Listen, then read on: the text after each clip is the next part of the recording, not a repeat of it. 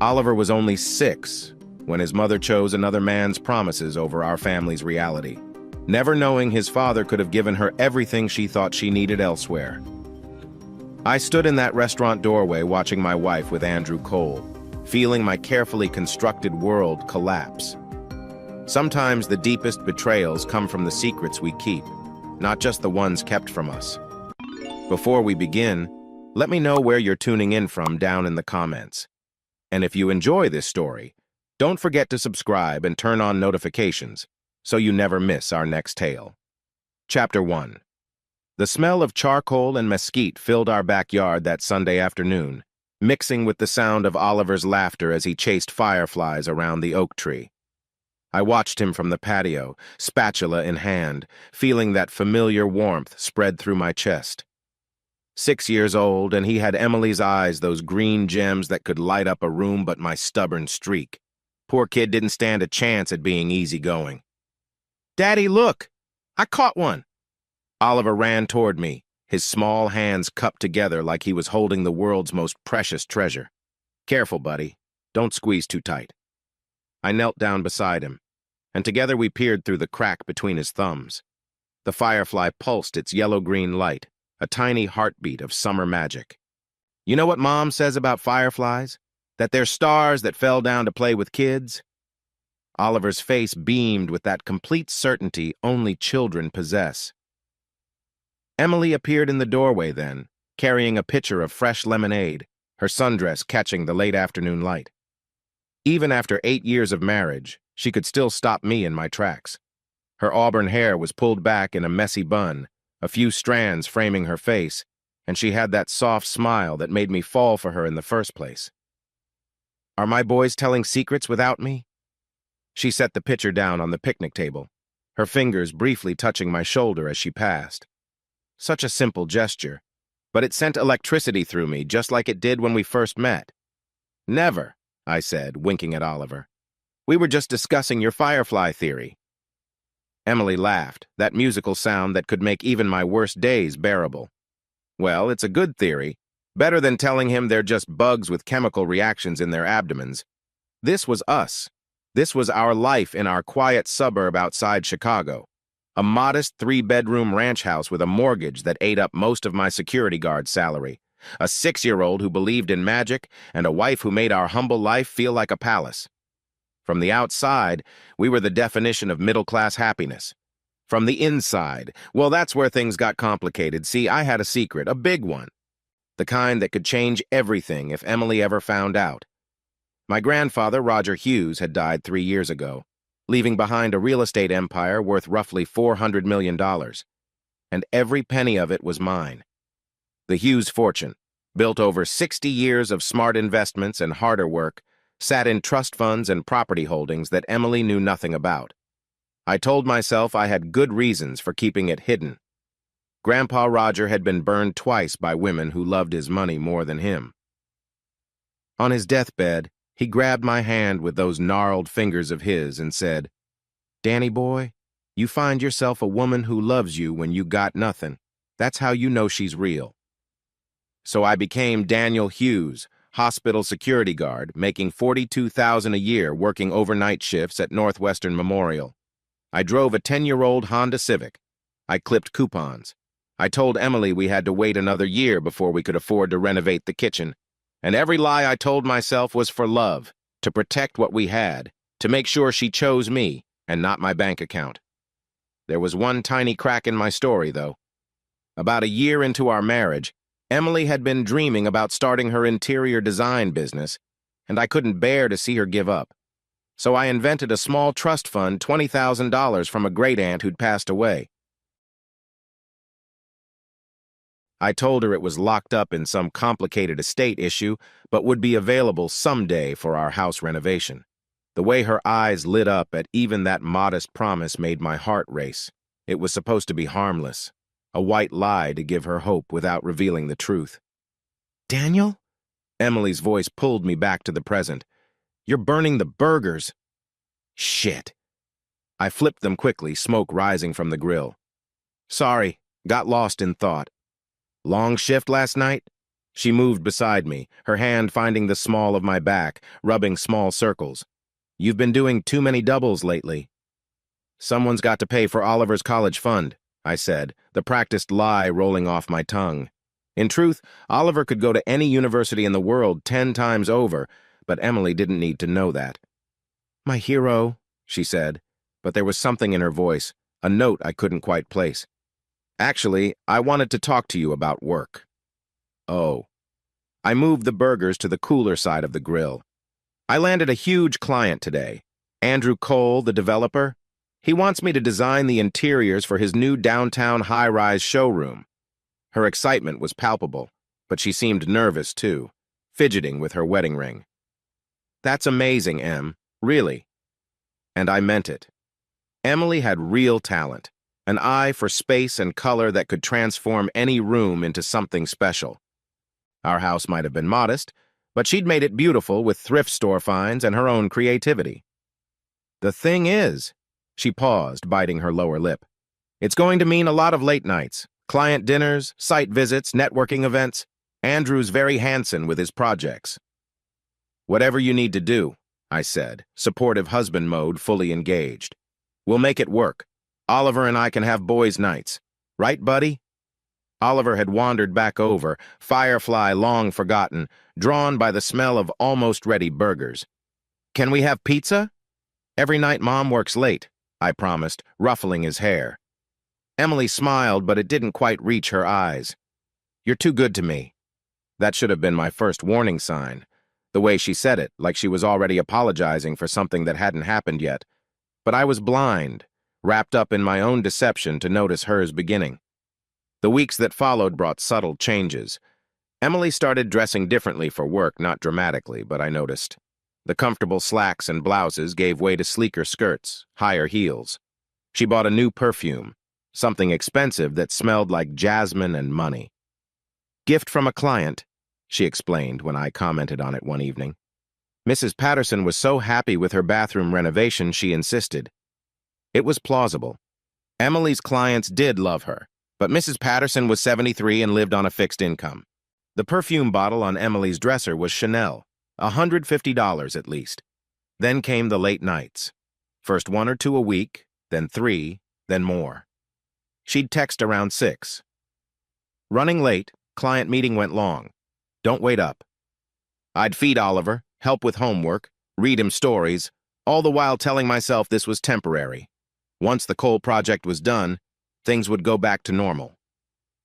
One Thursday night, I was folding laundry when I found the receipt. It had been wadded up in her jacket pocket La Belle Maison, downtown Chicago's restaurant where entrees started at $60. The date was last Tuesday, when she'd said she was reviewing fabric samples at the studio until midnight. The receipt was for 2 dinners, a bottle of wine. $320. My hands shook as I smoothed out the paper. There had to be an explanation. Maybe it was a client dinner she'd forgotten to mention. Maybe Andrew Cole was picking up tabs for the design team. Maybe. I put the receipt in my wallet and said nothing, but I started paying attention in ways I hadn't before. Emily's phone, which used to lie carelessly on counters and tables, now lived in her purse or her hand. When texts came in during dinner, she'd glance at them and quickly flip the phone over. She changed her passcode, I only knew, because Oliver tried to play his game on her phone and couldn't get in. "Mommy, your password doesn't work." "Oh, I had to change it, sweetie." Security update at work. She took the phone from him quickly, too quickly. I watched this unfold from the kitchen doorway, coffee mug in hand, my stomach slowly turning to lead. Security update. Right. The thing about trust is that once it starts to crack, you notice every fault line. The way she'd step out to take calls, claiming it was too noisy inside. The new gym membership she never seemed to use but paid for religiously. The Saturday, she said she was shopping with her sister but came home with no bags and wouldn't quite meet my eyes. Looking back now from where I sit today, I can see it all so clearly.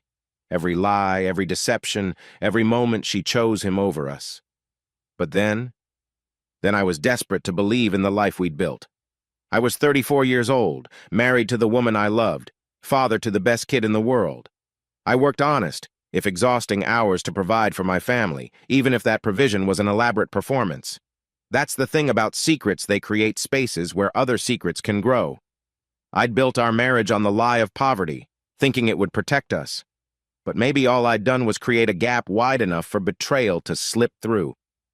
The last Sunday of that September, 3 weeks after she'd started the coal project, we had another family barbecue. Same backyard, same grill, same Oliver chasing fireflies. But Emily was different. She stood by the patio door, phone in hand, typing rapidly. When I called her over to eat, she startled like I'd caught her doing something wrong. "Sorry," she said, shoving the phone in her pocket, "just confirming tomorrow's meeting." On a Sunday? Andrew's very demanding. She wouldn't look at me when she said his name. We ate in relative silence, broken only by Oliver's chatter about school and friends and the superhero movie he wanted to see. Emily smiled and nodded in all the right places, but her mind was elsewhere. I could see it in the way her eyes kept drifting to where her phone sat, silent but somehow screaming for attention. That night, after Oliver was asleep, I found Emily in our bedroom, sitting at her vanity, taking off her earrings. I watched her from the doorway, this woman I'd sworn to love and protect, who'd promised to do the same for me. In the soft light of the bedside lamp, she looked tired. Beautiful, but tired. "Everything okay?" I asked. She met my eyes in the mirror. "Of course. Why wouldn't it be? You seem distracted lately." "It's just this project. It's bigger than anything I've done before. I want it to be perfect." She turned to face me, and for a moment I saw something in her expression: guilt? Fear? But then she smiled, and it was gone. "I promise, once this is done, things will calm down." I wanted to believe her. God, how I wanted to believe her. So I crossed the room and kissed her forehead, tasting that expensive perfume. "I love you," I said. "I love you too." The words came automatically, like a reflex. But as I lay in bed that night, Emily asleep beside me, I couldn't shake the feeling that something fundamental had shifted. The foundation of our life together, already built on my deception, was developing cracks I couldn't ignore. From today's perspective, sitting in a different house with a different life, I can tell you exactly what was happening. The seeds of destruction were already planted, watered by lies on both sides. I thought I was protecting our love by hiding my wealth. She thought she was finding something she deserved in another man's arms. We were both wrong, both right, both doomed from the start. But that night, in our modest bedroom in our perfect suburban home, I still believed we could weather whatever storm was coming. I still believed in us. I was about to learn how wrong I could be. The irony isn't lost on me now. I'd spent 3 years testing Emily's love by hiding my fortune, making sure she loved me for me. And in the end, it wasn't my money that destroyed us, it was the absence of it. She fell for Andrew Cole, not just because he was charming or attentive, but because he represented everything I'd pretended I couldn't give her. The renovated kitchen, the designer clothes, the fancy dinners at La Belle Maison. I'd been so afraid of being loved for my money that I'd created the exact conditions for her to leave me for someone else's. But I'm getting ahead of myself.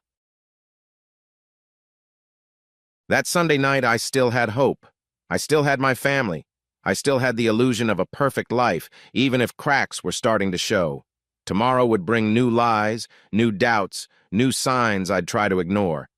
But that night, I held on to what I had: a sleeping wife beside me, a son down the hall, a house full of memories, both real and manufactured.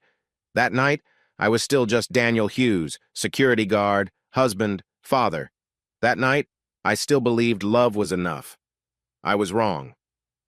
Chapter 2. The coffee maker gurgled to life at 5:47 a.m., same as every morning after my night shift. But this Tuesday felt different.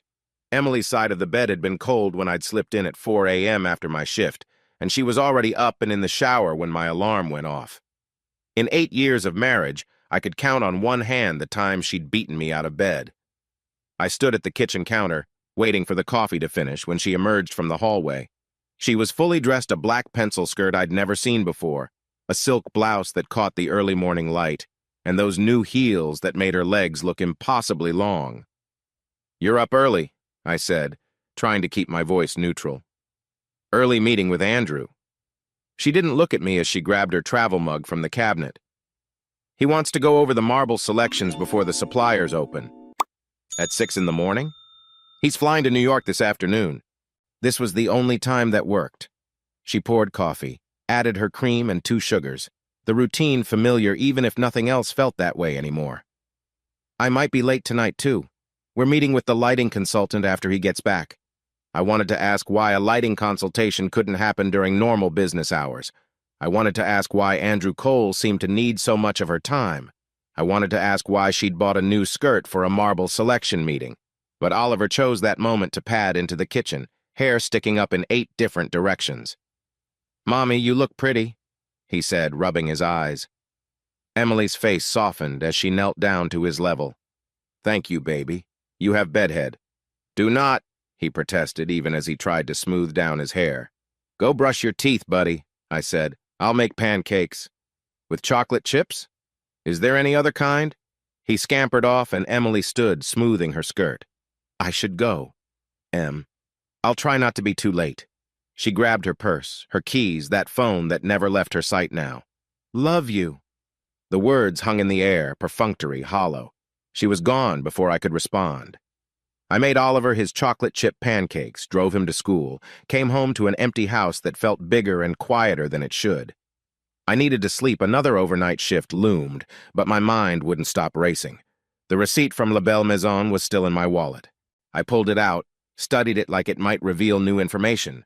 2 dinners, a bottle of Chateau Margaux, Tuesday, September 15th, 8:47 p.m. I opened my phone and scrolled back through our text messages from that night. Emily. "Still at the studio. These fabric samples are taking forever. Don't wait up." That was at 7:30, an hour and 17 minutes before she was ordering wine at the city's most expensive restaurant. My thumb hovered over her contact. I could call her right now, confront her about the receipt. But what if there was an innocent explanation? What if I was wrong? What if I was destroying our marriage over my own paranoia? I put the phone down and tried to sleep. But sleep wouldn't come. Instead, I lay in our bed staring at the ceiling, cataloging changes. The way she'd started shaving her legs every day instead of every few days. The new lingerie in her drawer, when had she bought that? The way she'd been too tired for intimacy the last 3 weeks, turning away from me in bed, claiming stress from work. When had I become a detective in my own marriage? At 2 p.m., I gave up on sleep and did something I'm not proud of. I drove to Emily's office. Riverfront Design Studios occupied the 2nd floor of a converted warehouse in the trendy part of town. I parked across the street and waited. I told myself I was just checking, just making sure she was where she said she'd be. 20 minutes later, she emerged with another woman, her assistant, Brooke. They were laughing about something, and for a moment Emily looked like herself again, relaxed, happy, unguarded. Then a black Mercedes pulled up to the curb. The window rolled down, and even from across the street, I recognized Andrew Cole's silver hair, his practiced smile. Emily leaned into the window, talking animatedly. Her hand rested on the car door, and she was standing closer than necessary, her body language open, inviting. After a minute, she stepped back, waved goodbye, and the Mercedes pulled away. Emily and Brooke went back inside. It was nothing, just a client stopping by, but my stomach churned anyway. That night, Emily came home at 9:30, looking exhausted but somehow exhilarated, like she'd been running on adrenaline all day. "How was the lighting consultation?" I asked from the couch where I was folding laundry. "Productive. We found the perfect fixtures for the lobby." She kicked off her heels, sighing with relief. "I'm going to shower. There's leftover Chinese in the fridge if you're hungry." "I ate already. Andrew ordered in for the team." "The team. Right." She disappeared into the bathroom, and I heard her phone buzz on the hallway table where she'd left it. Once, twice, 3 times. Then silence. My body moved before my brain could stop it. I walked to the hallway, picked up her phone. The screen showed 3 messages from A. Cole Design client. "Tonight was productive. Can't wait to see you tomorrow." "Sweet dreams, Em. Sweet dreams, Em." What kind of client says sweet dreams? I set the phone down, my hands shaking. The shower was still running. I could confront her now, demand answers, but what if I was overreacting? What if this was how Andrew talked to everyone? What if I was about to blow up my marriage over a misunderstanding? I went back to the couch, pretended to watch TV. When Emily emerged in her pajamas, hair wrapped in a towel, she glanced at her phone but didn't pick it up. "I'm exhausted," she said. "Think I'll head to bed." "I've got shift in an hour anyway." She paused at the hallway entrance, turned back. "Daniel? Yeah? I know I've been absent lately. Once this project is done, I promise things will go back to normal." "I know." She gave me a sad smile and disappeared into our bedroom. Normal. What did that even mean anymore? At work that night, I went through the motions. Walked my rounds, checked badges, filled out paperwork. But my mind was elsewhere, constructing scenarios, each worse than the last. Emily and Andrew at La Belle Maison, sharing wine and intimate conversation. Emily and Andrew in his Mercedes, driving somewhere private. Emily and Andrew. "You okay, Hughes?" My supervisor, Rick, appeared at the security desk around 3 a.m. "You look like hell." "Just tired. Take your break. Get some coffee." I walked to the break room, poured bitter hospital coffee into a paper cup, and made a decision. I couldn't live like this, suspicious and paranoid. I needed to know the truth, one way or another. The next morning, I did something else I'm not proud of. While Emily was in the shower and Oliver was eating breakfast, I opened her laptop. Her email was already logged in. The professional account anyway, all client correspondence and design inspiration. Nothing suspicious. But then I noticed a second Gmail account in her browser's saved passwords. Personal account. My finger hovered over the trackpad. This was a violation of trust. This was wrong. I clicked. The inbox loaded, and there it was. An entire thread with Andrew Cole going back 6 weeks. The subject lines alone made my blood run cold. "Last night. Thinking of you. Tomorrow? Can't wait." I opened the most recent thread. Andrew. "M. You looked absolutely stunning today. That skirt should be illegal." Emily. "You're terrible, but thank you. I bought it thinking of you." Andrew. "When can I see you again? Really see you?" Emily. "Soon. Daniel's working tomorrow night." Andrew. "Perfect. La Belle Maison? 8? Emily. "You know I can't resist their souffle." Or you. I slammed the laptop shut, my vision blurring. The bathroom door opened, and I heard Emily actually humming as she got ready. "Daddy, are you okay?" Oliver's voice concerned. I looked at my son, his chocolate-smeared face worried, and forced a smile. "I'm fine, buddy. Just tired." But I wasn't fine. I was drowning in the evidence of my wife's affair, and I had no idea what to do about it. That day passed in a haze. I dropped Oliver at school, came home, and sat in my car in the driveway for an hour, unable to go inside the house that suddenly felt like a crime scene. Every room held memories now tainted by betrayal. The kitchen where we'd danced to our wedding song last anniversary. The living room where we'd conceived Oliver during a thunderstorm. The bedroom where she'd whispered, "I love you" 1,000 times while planning her deception. I called in sick to work that night, told Emily I had a stomach bug. "Do you need me to stay home?" she asked, and for a moment she sounded like my Emily again, concerned and caring. "No, I'll be fine. Oliver's got that sleepover at Jeremy's anyway." "Right, okay, feel better." She kissed my forehead and I smelled that damn perfume. "I'll try not to be late." She left at 7:30, dressed in a red dress I'd bought her for Christmas 2 years ago. The one she'd said was too fancy to wear anywhere. I waited 15 minutes, then followed her. I'm not proud of any of this. The suspicious husband trailing his wife through evening traffic is a cliché I never wanted to become, but I needed to see it with my own eyes. The emails could be misinterpreted. The texts could be innocent flirtation. But if I saw them together, really together, there'd be no denying it anymore.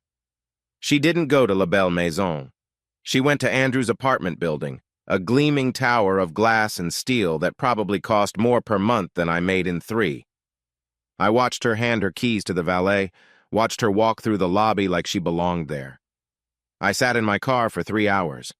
3 hours of imagining what was happening 30 floors above me. 3 hours of my marriage ending in real time. She emerged at 11:15, hair slightly messed, lipstick gone. The valet brought her car around and she drove away, back to our house, back to our bed, back to the lie of our life. I drove to Lake Michigan instead, parked at the spot where I'd proposed to her 7 years ago. The water was black under the moonlight, waves crashing against the rocks. I sat on the hood of my car and cried for the first time since my grandfather's funeral. The truth was undeniable now. Emily was having an affair. My wife, the mother of my child, the woman I'd built my entire life around, was sleeping with another man. And the worst part, the absolute worst part, I still loved her. Even knowing what she'd done, what she was doing, I loved her. That's the cruelest joke of all. You can't just turn off 8 years of love like flipping a switch. It stays there, burning in your chest, even as the person you love destroys everything you built together. My phone buzzed. A text from Emily. Home safe. Hope you're feeling better. Love you. Love you. The words that used to mean everything now meant nothing. I stayed by the lake until dawn, watching the sun rise over the water, painting the sky in shades of pink and gold. Somewhere in that sunrise, I found a cold clarity. I couldn't pretend anymore. I couldn't live this half-life of suspicion and denial. It was time to confront the truth, no matter how much it hurt. When I got home, Emily was already gone an early meeting, according to the note on the counter. Oliver was at Jeremy's. The house was empty, quiet, waiting. I walked through each room like a ghost, touching things that would soon be divided in a divorce.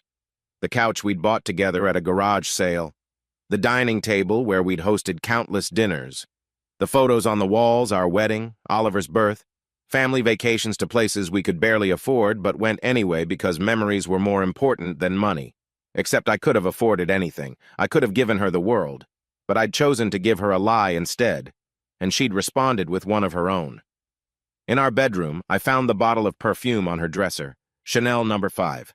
I picked it up, felt its weight, then set it back down carefully. Evidence. Everything was evidence now. Her closet door was open, and I could see the new clothes, the skirts, the dresses, the lingerie with tags still on. When had she bought all this? How had I not noticed? But I knew the answer. I'd been too busy maintaining my own deception to see hers taking shape. I sat on our bed, my bed now, really, and pulled out my phone. Scrolled through our photos. Emily and me at our wedding, both of us crying as we said our vows. Emily pregnant with Oliver, glowing and beautiful. The three of us at Disney World last year, Oliver on my shoulders, Emily laughing at something he'd said. When had it gone wrong? Was there a moment I could pinpoint? A decision that set us on this path?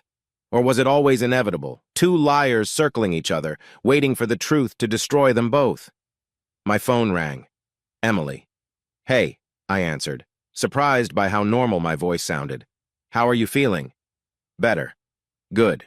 Listen, I have to work late again tonight. Andrew has investors coming in from Tokyo, and he needs the whole team there. The whole team. Sure. Okay. You sound weird. Are you sure you're okay? I'm fine, Em. A pause. Then, I love you. Yeah, I said. Me too. I hung up before she could respond. That afternoon, I picked Oliver up from his sleepover. He chattered the whole way home about the movies they'd watched and the pizza they'd eaten and how Jeremy's mom had let them stay up until midnight. Daddy, are you and Mommy fighting? He asked suddenly as we pulled into our driveway. Why would you ask that? You both look sad all the time, and Mommy's never home anymore. Kids see everything, even when you think you're protecting them. We're just busy with work, buddy. Everything's fine. Promise? I looked at my son in the rearview mirror, his green eyes Emily's eyes worried and too perceptive for 6 years old. I promise we both love you more than anything in the world. It wasn't the promise he'd asked for, but it was the only one I could honestly make. That night, while Emily was at her investor meeting, I made Oliver his favorite dinner mac and cheese with hot dogs cut up in it. We built a fort in the living room and watched superhero movies until he fell asleep against my shoulder. I carried him to his bed, tucked him in, kissed his forehead. I love you, buddy. Love you too, Daddy, he mumbled, already drifting back to sleep. I stood in his doorway for a long moment watching him sleep. Whatever happened next, I had to protect him. He didn't ask for any of this. He didn't deserve to have his world torn apart by his parents' lies.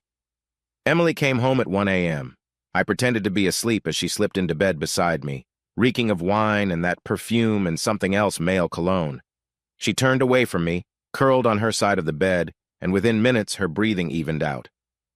I lay there in the dark, inches from her but miles apart, and made my decision. Tomorrow was her birthday.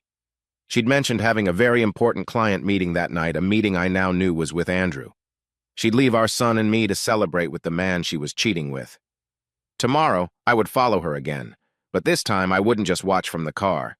Tomorrow, the truth would come out, one way or another. Tomorrow, our beautiful illusion would finally shatter.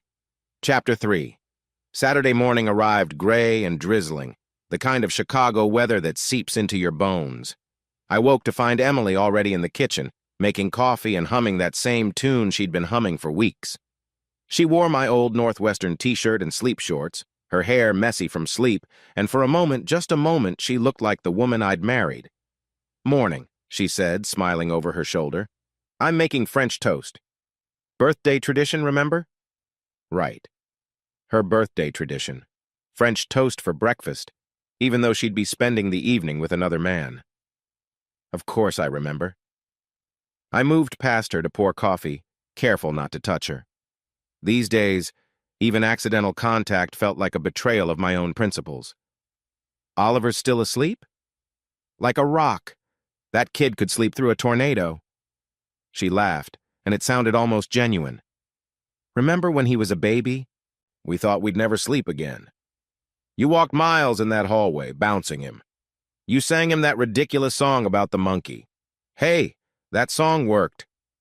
We stood there in the kitchen, sharing a memory from before everything went wrong, and the weight of what we'd lost pressed down on me like a physical thing. "Emily, I should check on him." She moved past me quickly, leaving her coffee untouched. "Make sure he brushes his teeth when he gets up?" She was gone before I could respond, fleeing from whatever she'd seen in my face. An hour later, we sat around the dining table like a normal family. Oliver had made Emily a birthday card with too much glitter and a drawing of what might have been a butterfly or possibly an airplane. She gushed over it like it was the Mona Lisa. "It's beautiful, baby. I'll hang it in my office." "Really?"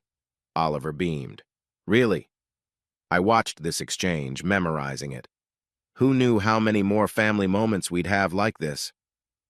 "I have something for you too," I said, pulling out the wrapped gift I'd bought weeks ago, before I knew about Andrew, before everything fell apart. She opened it carefully, preserving the paper like she always did. Inside was a leather-bound sketchbook and a set of professional drawing pencils. She'd mentioned wanting to get back into sketching, back when we still talked about things that mattered. "Daniel, this is perfect." Her eyes misted. "Thank you. There's more." I handed her a second package, smaller. This one I'd added yesterday after my decision. She opened it to find a small frame sketch I'd commissioned from a street artist. It showed our family sitting on a bench, feeding ducks at the pond in the park. The three of us, frozen in a moment of happiness. Emily's hands shook as she held it. "It's us." At Millennium Park, last spring. "I remember." Her voice was barely a whisper. "Oliver fell in the fountain after, soaked from head to toe." She set the frame down carefully like it might shatter. "Daniel, Mom, are you crying?" Oliver looked concerned. "Happy tears, baby. Just happy tears." But they weren't happy tears. We both knew it. After breakfast, Emily disappeared to get ready for her day. She had errands to run, she said, last-minute things for tonight's client meeting. I watched her apply makeup in the bathroom mirror, taking extra care with her eyeliner, her lipstick. "You look nice," I said from the doorway. She met my eyes in the mirror. "It's an important meeting." "On your birthday?" "Andrew has investors in town. It can't be rescheduled." The lie came so easily now, she didn't even blink. "What time will you be home?" "Late. You don't have to wait up." "Maybe I will anyway." Something flickered across her face. Guilt? Fear? "You have work tomorrow. You need sleep." "I called in. Wanted to be here for your birthday." "Oh?" She turned from the mirror, lipstick in hand. "You didn't have to do that. I wanted to." We stared at each other across the bathroom, two liars sizing each other up. She looked away first. I should go. Traffic will be bad with this rain. She kissed Oliver goodbye, hesitated at the door where I stood, then kissed my cheek. Her lips were cool, impersonal. Bye, she said. See you tonight. After she left, I called Clara. Can you watch Oliver tonight? Emergency came up. Everything okay? My sister's voice was concerned. She knew I never asked for help unless something was really wrong. It will be. Daniel. Please, Clara. I'll explain everything later. Okay. Bring him by whenever. Oliver was thrilled about a surprise sleepover at Aunt Clara's. I packed his overnight bag, threw in extra clothes just in case, and drove him across town. Is it because it's Mommy's birthday? He asked as I buckled him into Clara's couch. Are you surprising her? Something like that, buddy. Clara pulled me aside at the door. You look terrible. Thanks. I'm serious. What's going on? I can't. Not yet. Tomorrow, okay? I'll tell you everything tomorrow. She studied my face, then pulled me into a fierce hug. Whatever it is, I'm here. I know. Back home, I had 4 hours to kill before Emily's meeting. I tried to distract myself, laundry, dishes, organizing the garage, but my mind kept circling back to what was coming. At 5 p.m., I showered and shaved. Put on the suit I'd worn to my grandfather's funeral. It seemed appropriate somehow. I looked at myself in the mirror, trying to see what Emily saw. A tired man in his 30s, carrying extra weight from too many overnight shifts and vending machine dinners. When had I stopped taking care of myself? When had I become invisible to her? But no, that was letting her off too easy. She hadn't cheated because I'd gained 15 pounds or because I worked nights. She'd cheated because she'd chosen to. Because Andrew Cole had offered her something shiny and new, and she'd grabbed it with both hands. My phone buzzed. Emily. Heading to meeting now. Don't wait up. Love you. Love you. Still saying it even now. I waited 20 minutes, then drove to La Belle Maison. The restaurant was exactly what you'd expect from a place that charged $300 for dinner. Soft lighting, white tablecloths, the quiet murmur of wealth. I told the hostess I was meeting someone and walked in like I belonged there. And there they were. Corner booth, intimate and secluded. Emily wore the red dress, her hair pinned up to show her neck. Andrew Cole looked exactly like his photos, silver-haired, distinguished, old enough to be her father. His hand covered hers on the table. She was laughing at something he'd said, her whole face alive in a way I hadn't seen in months. They were beautiful together, in that tragic, doomed sort of way. I walked over slowly, my footsteps silent on the thick carpet. A waiter tried to intercept me, but I waved him off. I wanted to be close enough to see her face when she saw me. Happy birthday, Emily. She turned, smile still on her lips, and I watched it die as her eyes met mine. The color drained from her face so fast I thought she might faint. Daniel. Andrew looked between us, confusion shifting to understanding. You're the husband, yes. I pulled out the chair next to him and sat down, trapping them both in the booth. Don't let me interrupt. Daniel, please. Emily's voice shook. Please what? Please don't cause a scene? Please pretend I didn't see you holding hands with another man on your birthday? I pulled out the La Belle Maison receipt from my wallet, smoothed it on the table. Or please don't mention this one from last month. Andrew shifted uncomfortably. Perhaps I should stay. The word came out harder than I'd intended. You're part of this now. I pulled out my phone, opened the email thread I'd screenshot. Can't wait to see you again. Really see you, I read aloud. That's you, Andrew, right? And Emily, you responded, soon. Daniel's working tomorrow night. That was thoughtful, working around my schedule. Emily was crying now, silent tears streaming down her face, ruining her carefully applied makeup. How long? I asked. Daniel? How long? 6 weeks, she whispered. Since you started the project? She nodded. I laughed, bitter and short. You didn't waste any time. It wasn't supposed to happen, she said. You didn't mean to what? To fall on his dick? To lie to me every single day for 6 weeks? To destroy our family? Mr. Hughes, Andrew started, his voice placating. I understand you're upset. Do you? Do you understand? You pursued a married woman, a mother. Did you even ask about her family? Or did you just not care? She said you were having problems. I turned to Emily. Were we? Were we having problems before you started fucking him? She flinched at the vulgarity. Good. You were never here, she said quietly. Always working, always tired. I was working to support our family. I was lonely. So you spread your legs for the first rich asshole who paid attention to you? Andrew stood abruptly. That's enough. Sit down. My voice was deadly quiet. We're not done. I don't have to. Actually, you do. I pulled out the folder I'd brought. See, I did some research on you, Andrew. You've got quite a history. 2 divorces, both for infidelity. 3 sexual harassment settlements that you thought were buried. And that building project of yours? The one with the safety violations? His face went pale.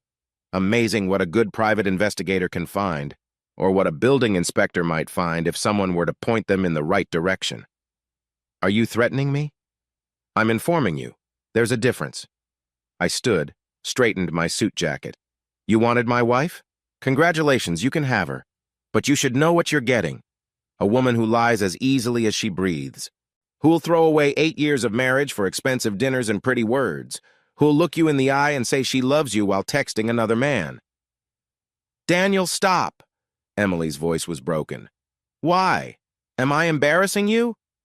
I looked around the restaurant. People were definitely watching now, pretending not to while hanging on every word. These people should know what kind of woman you are, what kind of man he is. I pulled out the printed emails, the credit card receipts, the phone records, and laid them on the table like playing cards. Evidence, in case either of you want to deny it later. Emily reached for my hand. Please, can we talk about this at home? I jerked away from her touch. We don't have a home anymore. You destroyed it. What about Oliver? The mention of our son's name lit a fire in my chest. Don't you dare use our son to manipulate me. You should have thought about Oliver before you spread your legs for him. That's crude, Andrew said. Truth often is. I leaned down, close enough to smell Emily's perfume mixed with her tears. I know everything, Emily. Every lie, every deception, every time you came home to our bed with his smell on you. I know everything. She sobbed openly now, shoulders shaking. Daniel, Andrew said, perhaps we should discuss this somewhere more private. We're done discussing. I straightened, addressed them both. Emily, I'll file the papers Monday. You can get your things tomorrow while Oliver's at school. Don't be there when I get home. You can't just... I can. I will. I looked at Andrew. Congratulations, Mr. Cole. You won. She's all yours, but you should know she was already looking. A woman who cheats with you will cheat on you. Good luck with that. I turned to leave, then stopped. Oh, and Emily? That inheritance from my great-aunt? It wasn't 20,000. It was 400 million. My grandfather left me everything. I've been rich this entire time. Her face went white, then red, then white again. What? I wanted to make sure you loved me for me, not my money. Guess I got my answer. I smiled, cold and sharp. Happy birthday, Emily. Enjoy your dinner. I walked out of that restaurant with my head high, even as my heart shattered with every step. Behind me, I heard Emily call my name, heard Andrew trying to calm her, heard the whispers of other diners. Outside, the rain had turned into a full storm. I stood under the awning for a moment, letting the cold air fill my lungs. Lightning split the sky, illuminating the Chicago skyline, and I thought about how appropriate it was. The storm had been building for weeks.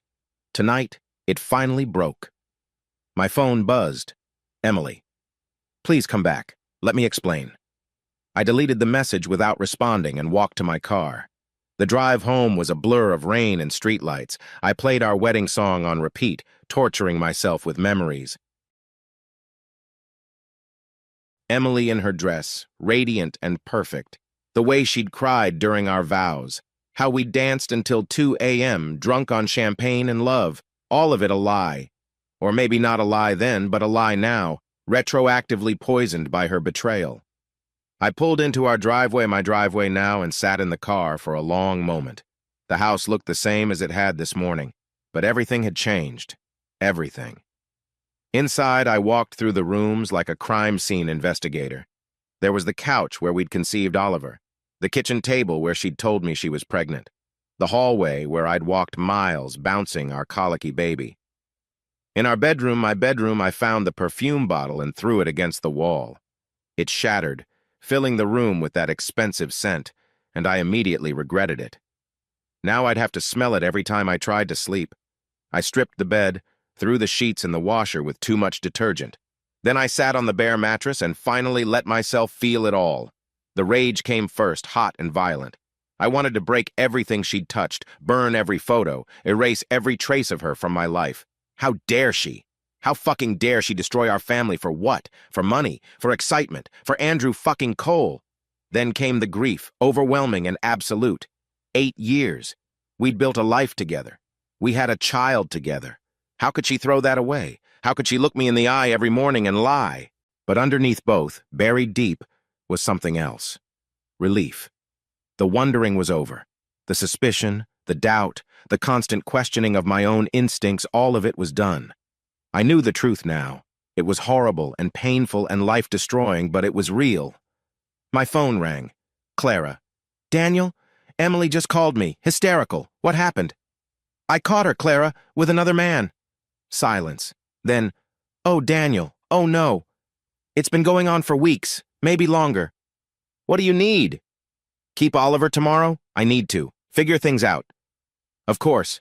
Daniel, I'm so sorry. Yeah, me too. After I hung up, I found our wedding album. Sat on the couch and went through it page by page. We looked so young, so certain, so fucking naive. I stopped at a photo of Emily laughing at something my grandfather had said. He'd died not knowing his test had failed. That I'd married a woman who would have failed his criteria if she'd known about the money from the start. Or maybe not. Maybe she would have loved me anyway. Maybe the money would have just been a bonus. Maybe we'd have been happy. But I'd never know now. I'd been so afraid of being used for my wealth that I'd created the perfect conditions for losing everything anyway. The irony was perfect, really. Shakespearean, even. I closed the album and put it in a box. Tomorrow I'd put all her things in boxes.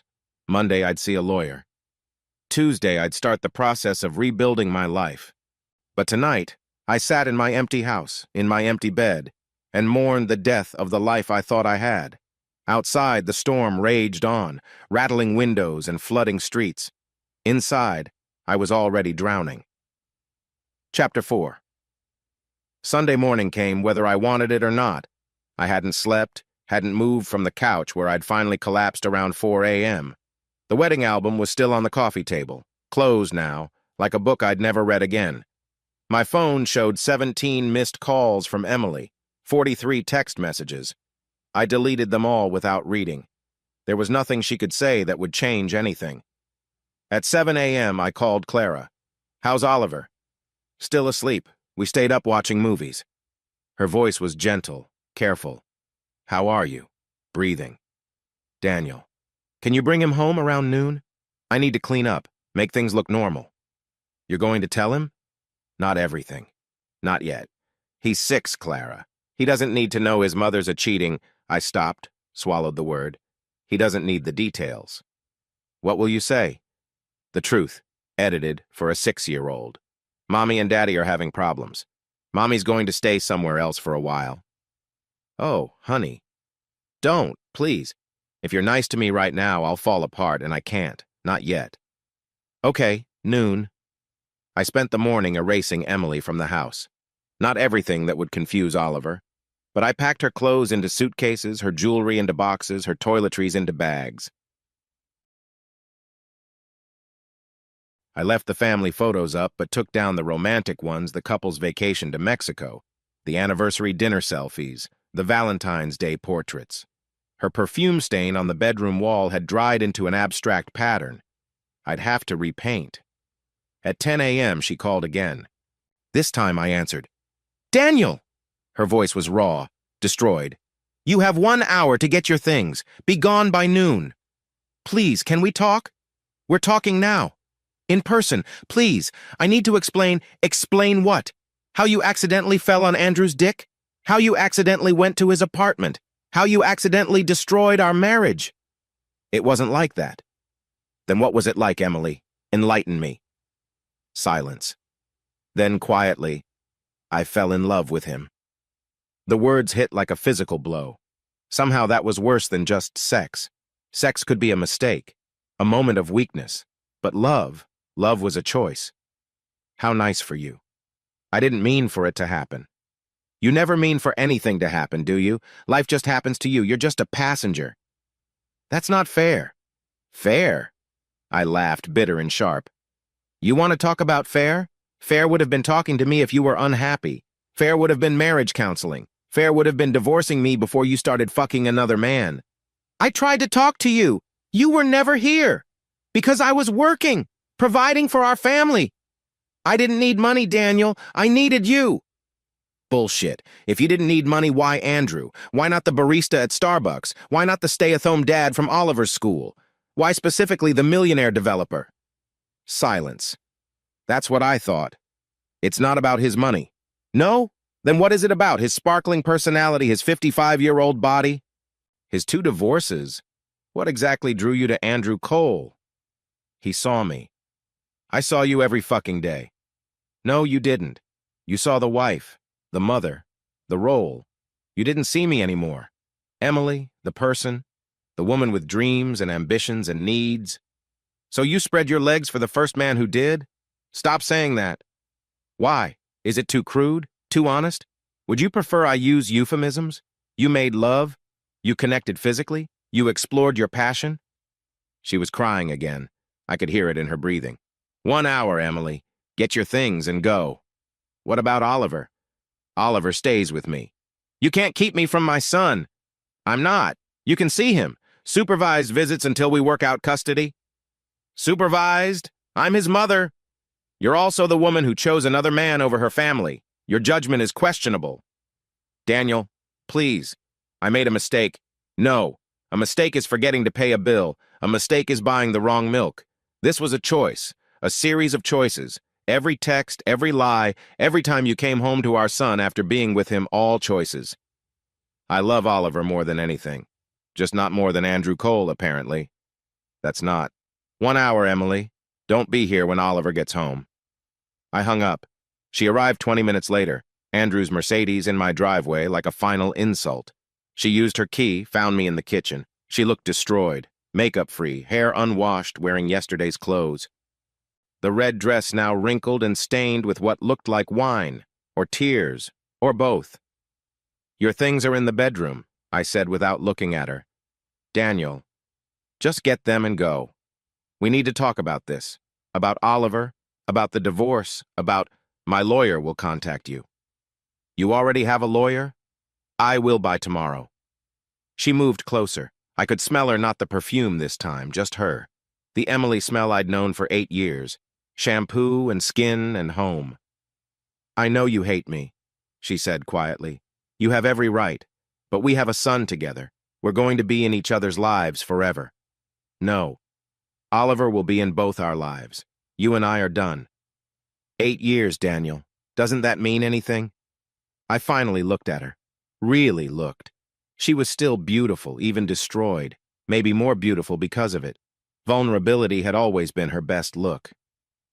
It meant everything, I said. Past tense. I loved you. Past tense. I still don't. Don't you fucking dare tell me you still love me. You don't get to have both. You chose him. I chose wrong. Too late. Is it? Really? People work through infidelity all the time. Counseling, therapy, no. Just no? You won't even consider it? You want me to consider it? Fine. I pretended to think. No. For Oliver's sake, don't. Do not use our son as a manipulation tool. You should have thought about Oliver before I what? Before I was lonely? Before I felt invisible in my own marriage? Before I spent another night alone while you worked? Yes, yes to all of that. You should have thought about him before you destroyed his family. You destroyed it too. You lied to me. About money. You lied about love. Which is worse? She had no answer for that. Get your things, Emily. She went to the bedroom. I heard her moving around, packing, crying. 20 minutes later, she emerged with the suitcases I'd packed and a box of personal items. The rest? Storage unit. I'll send you the key. She nodded, headed for the door, then stopped. The sketch you gave me. The family portrait. Can I? Take it. She picked it up from the hallway table where she'd left it, held it like it might break. I did love you, she said. Whatever you think now, I did love you. That was real. Maybe. But it wasn't enough. No, she agreed. It wasn't. She left then, loading her things into Andrew's car while he sat in the driver's seat, not even man enough to help her. I watched from the window as she got in, as they drove away, as my marriage officially ended. 15 minutes later, Clara brought Oliver home. Daddy. He launched himself at me, all energy and innocence. Hey, buddy, have fun at Aunt Clara's? We had pizza for breakfast. Clara shrugged. Special occasion. Can I watch TV? Sure, bud, whatever you want. He ran off and Clara studied me. You look terrible. Thanks. Have you eaten? Not hungry. Daniel. I need to tell him. Want me to stay? Please. We found Oliver in the living room, already absorbed in cartoons. I sat beside him, Clara on his other side. Buddy, I need to talk to you about something. He looked up, instantly worried. Kids always know. Is Mommy okay? Mommy's fine, but Mommy and Daddy are having some problems. Grown-up problems. Are you getting divorced? The word came out small, frightened. Jesus, how did he even know that word? We're figuring things out. But Mommy's going to stay somewhere else for a while. Why? How do you explain betrayal to a 6-year-old? How do you tell your son that his mother chose another man over her family? You don't. Sometimes grown-ups have disagreements, big ones, and sometimes they need space to think. Did I do something wrong? No! Clara and I said it together. I pulled him into my lap. This has nothing to do with you. Mommy and I both love you more than anything in the world. That will never change. But you don't love each other anymore? Christ, this kid. It's complicated, buddy. When is she coming back? I don't know. Can I see her? Of course, we'll work that out. Will we still live here? For now. Will you still tuck me in? Every night. Will Mommy? When she's here, yes. He was quiet for a moment, processing. Then, are you sad? Yeah, buddy. I'm sad. Me too. We sat there, the three of us, watching cartoons while our world reorganized itself. Oliver eventually dozed off against my shoulder, worn out from his sleepover and the emotional weight of change. You want to talk about it? Clara asked quietly. Not yet. The money thing. Is that real? Grandpa's estate, I never told her. Jesus, Daniel. I know. That's a lot of money. 400 million, give or take. And she had no idea? None. Why? Grandpa wanted me to find someone who loved me for me. And you think she didn't? She cheated on me with a millionaire developer. You tell me. Clara was quiet for a long moment. Maybe it wasn't about the money. It's always about the money. That's cynical. That's realistic. My phone buzzed. Emily again. I know you don't want to hear from me, but I need you to know that leaving you is the biggest mistake of my life. I'll regret it forever. I'm sorry. I showed it to Clara. What are you going to say? Nothing. There's nothing left to say. But that wasn't entirely true. There was one thing left to say, one thing I needed her to know. I typed out a response. I would have given you the world. All you had to do was love me, only me. I hit send, then blocked her number. Oliver stirred against my shoulder, mumbling something about dinosaurs. I held him tighter, this perfect piece of us that remained. What now? Clara asked. Now I file for divorce, get custody sorted. Figure out how to be a single dad. And the money? What about it? Are you going to keep hiding it? I thought about that. About the elaborate deception I'd maintained for years. About the security guard uniform hanging in my closet. About the double life I'd led. No, I'm done hiding, done pretending to be something I'm not. That's going to be a shock to people. Let them be shocked. Emily's going to be devastated when she finds out. Good.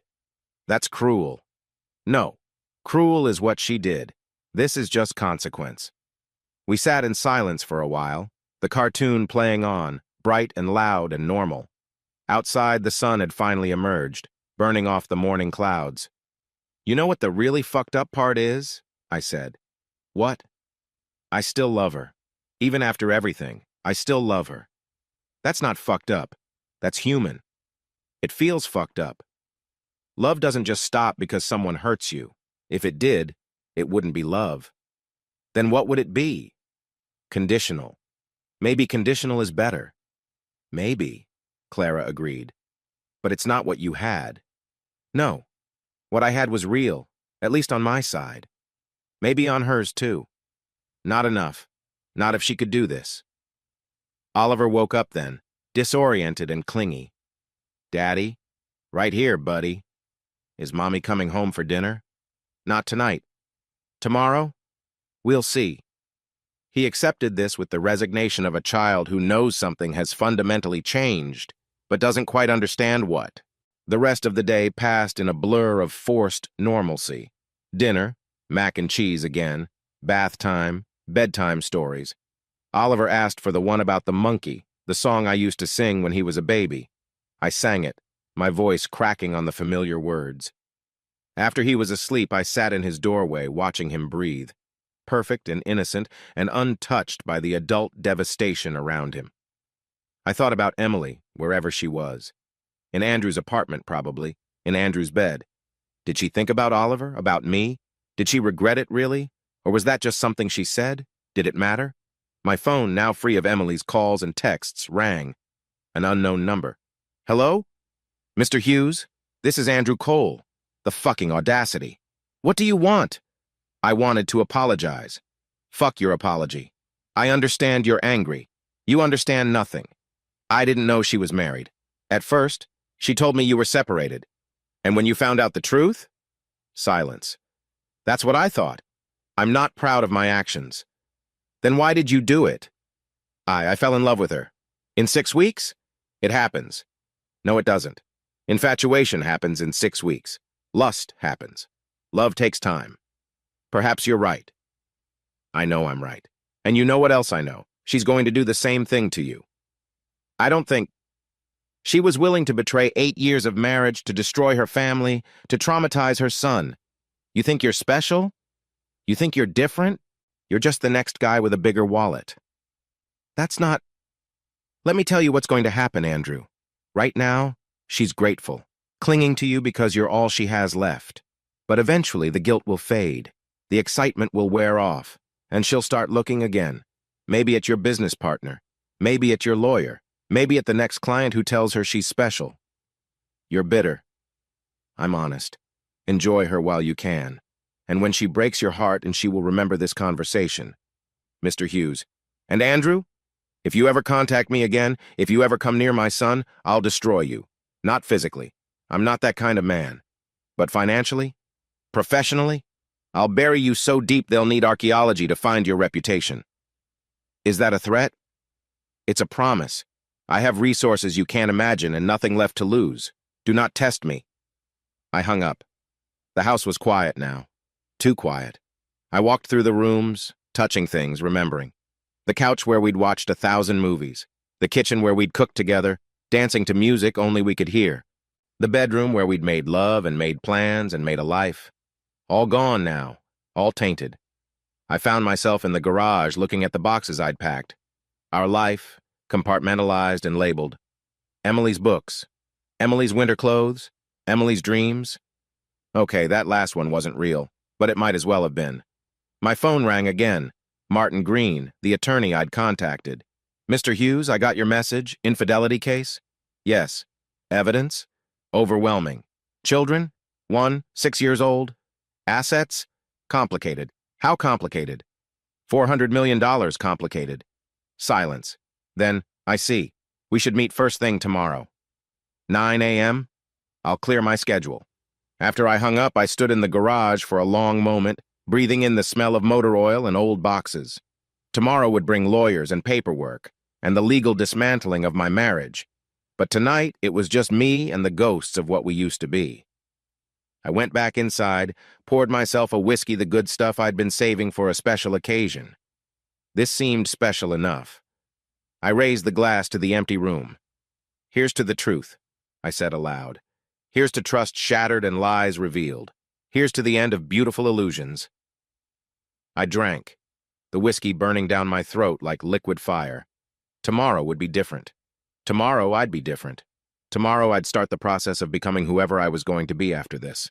But tonight I sat in my empty house, in my broken life, and let myself grieve for the death of the man who believed in forever. That man was gone now, buried in a restaurant with white tablecloths and whispered apologies. In his place stood someone harder, someone colder, someone who would never be fooled again. I didn't know if that was better or worse. I supposed I'd find out. Chapter 5. The couch had molded to my body by dawn like it was trying to swallow me whole.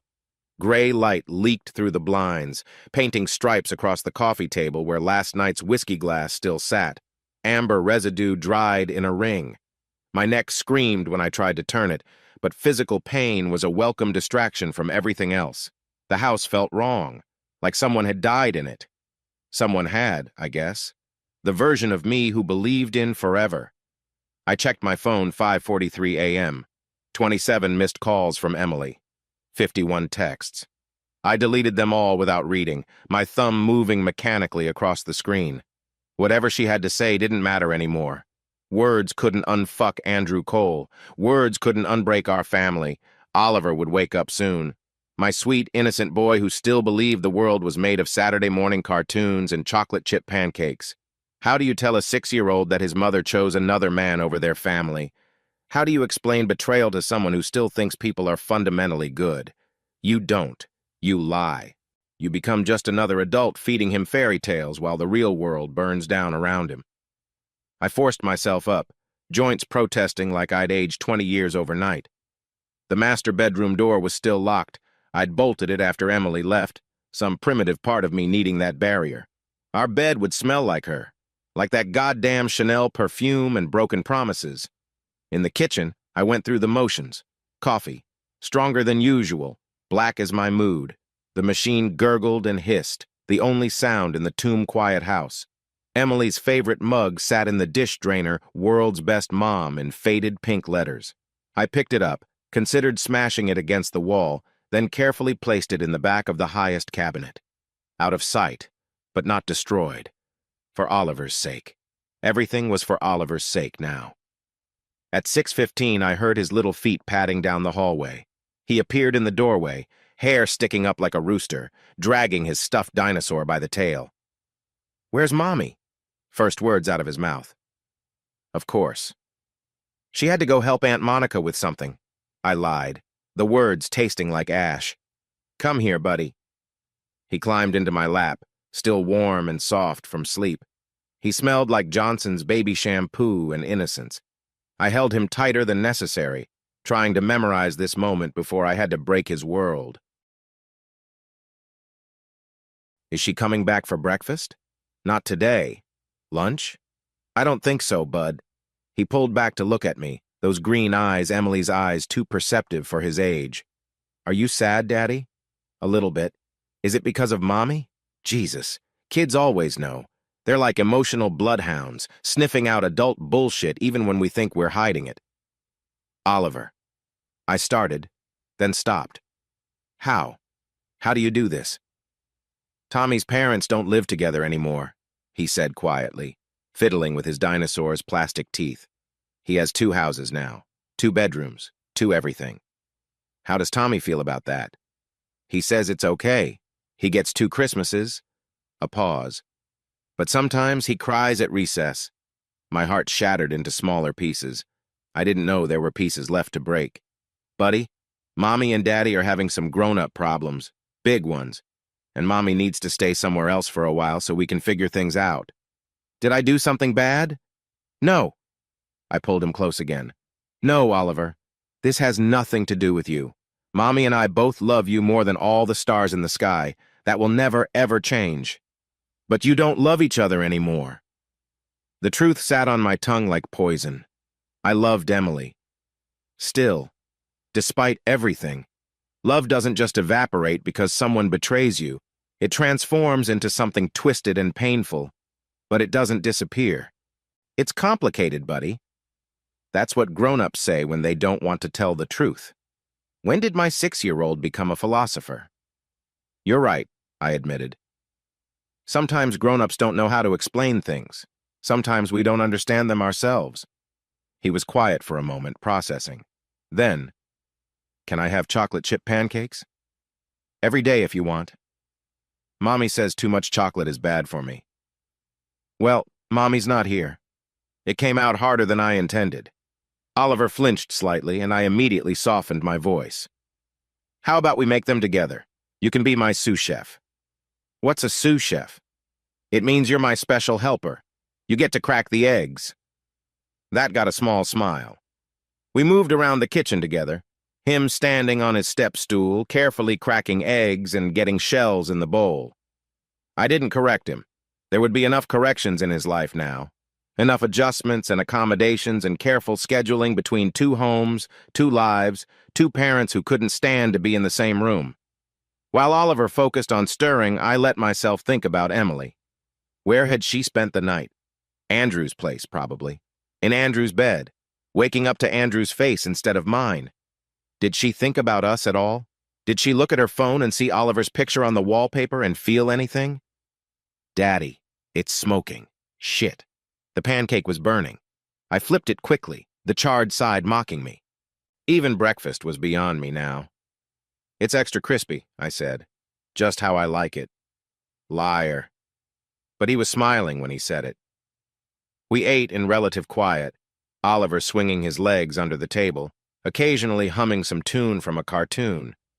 I watched him, cataloging every detail, the way he carefully cut his pancakes into perfect squares, how he made sure each bite had exactly the right syrup-to-pancake ratio, his mother's precision in a 6-year-old body. Can I call Mommy? Later, okay? She's probably still helping Aunt Monica. Another lie. They were piling up like dirty laundry. After breakfast, I let him watch cartoons while I stepped onto the back patio with my phone.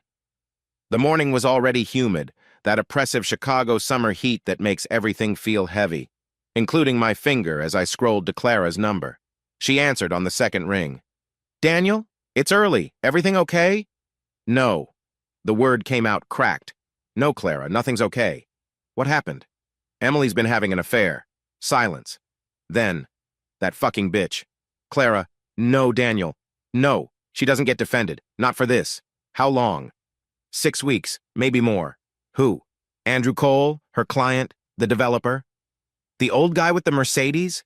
Are you fucking kidding me? I caught them last night at La Belle Maison, on her birthday. On her Daniel. Oh my God. Where is she now? I don't know. I don't care. Not my problem anymore. But that was a lie too. I did care. I hated that I cared. What about Oliver? He knows something's wrong. I told him Mommy's staying somewhere else for a while. I'm coming. Clara, you don't have to. Shut up, I'm coming. I'll be on a flight this afternoon. What about your job? Family emergency. My brother needs me. End of discussion. I felt tears burning behind my eyes. Thank you. You would do the same for me. In a heartbeat. Have you talked to a lawyer? Not yet. Do it, today. And Daniel? Yeah? Document everything. Every text, every email, every receipt. You're going to need it. After we hung up, I stood there watching the sun climb higher, burning off the morning dew. The neighbor's dog barked. Someone started a lawnmower. Life went on, indifferent to personal catastrophes. My phone buzzed. Emily, please let me explain. I know you hate me, but we need to talk. For Oliver. For Oliver. She was already weaponizing our son. I didn't respond. Instead, I called Martin Green, the attorney Clara had mentioned months ago when her friend went through a divorce. His secretary said he could see me Monday morning. Tell him it's urgent.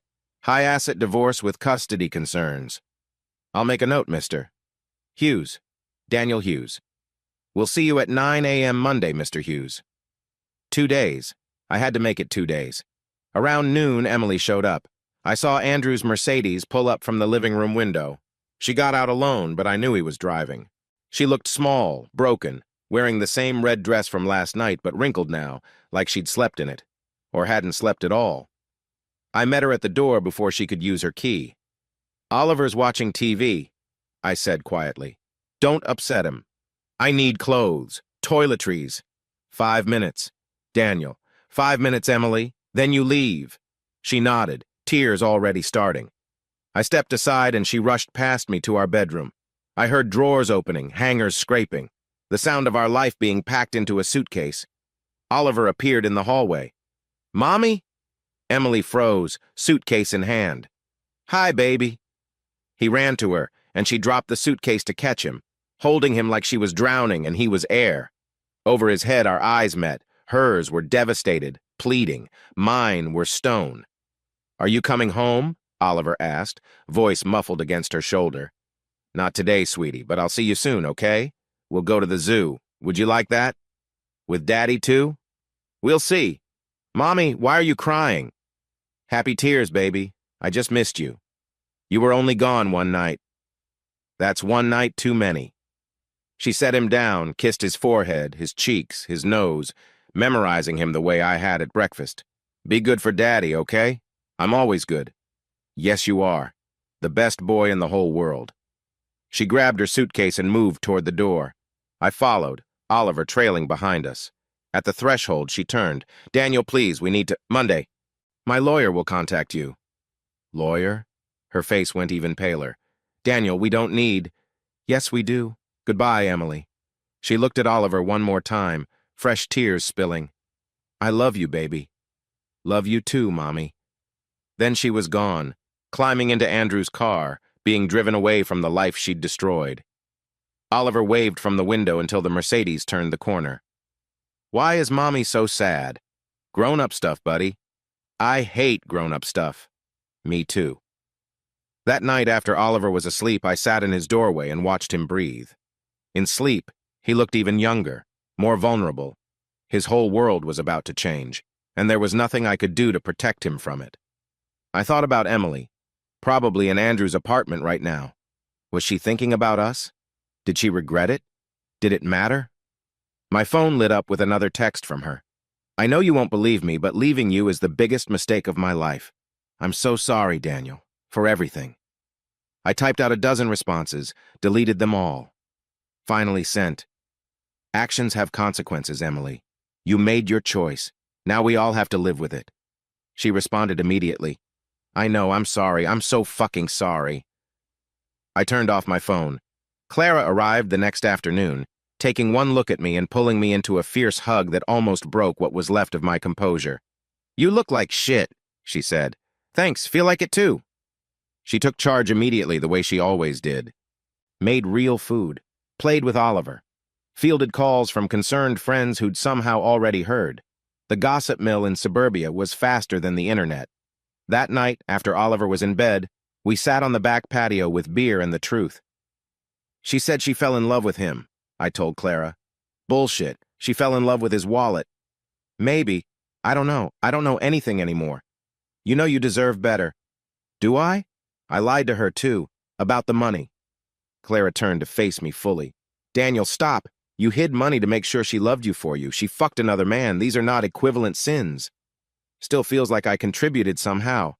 To what? Her inability to keep her legs closed? Clara. No, I'm serious. You could have been the worst husband in the world and it wouldn't justify this. She had options. Counseling, conversation, divorce even. She chose betrayal. We sat in silence for a while, listening to the crickets and the distant hum of traffic. "What are you going to do?" Clara asked eventually. "Fight for Oliver. Divorce her. Try to rebuild." "And the money? What about it? Are you going to keep hiding it?" I thought about that. About the elaborate deception I'd maintained for years. The security guard uniform in my closet. The lies about overtime and tight budgets.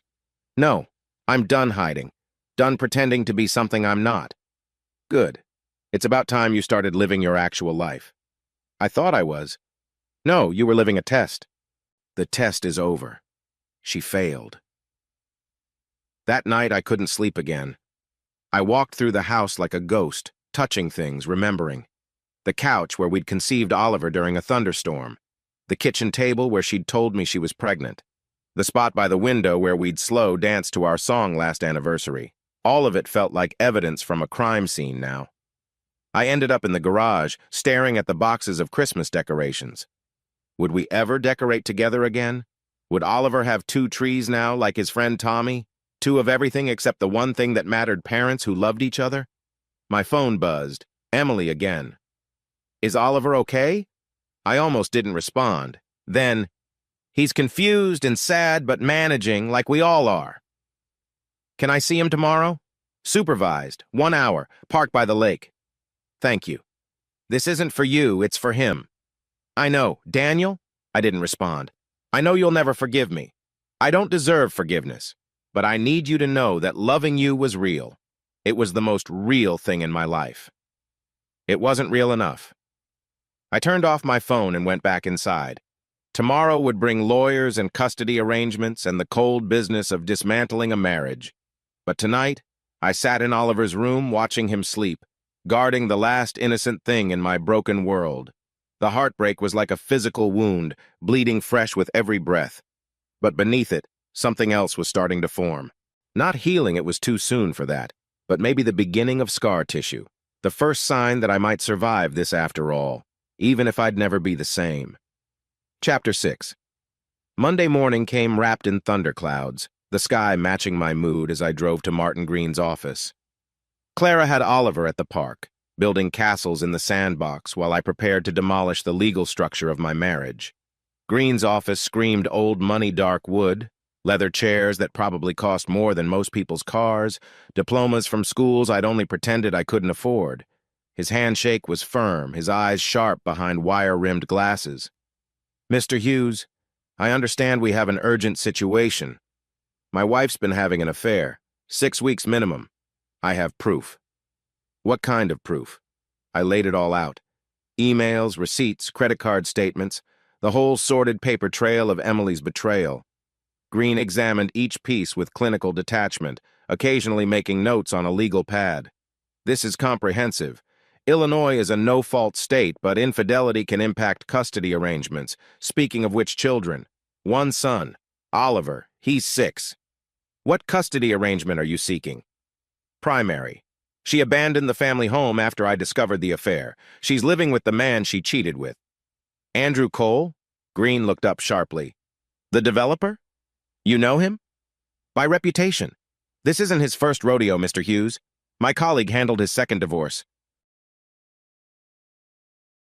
Similar circumstances. Of course. Emily wasn't special.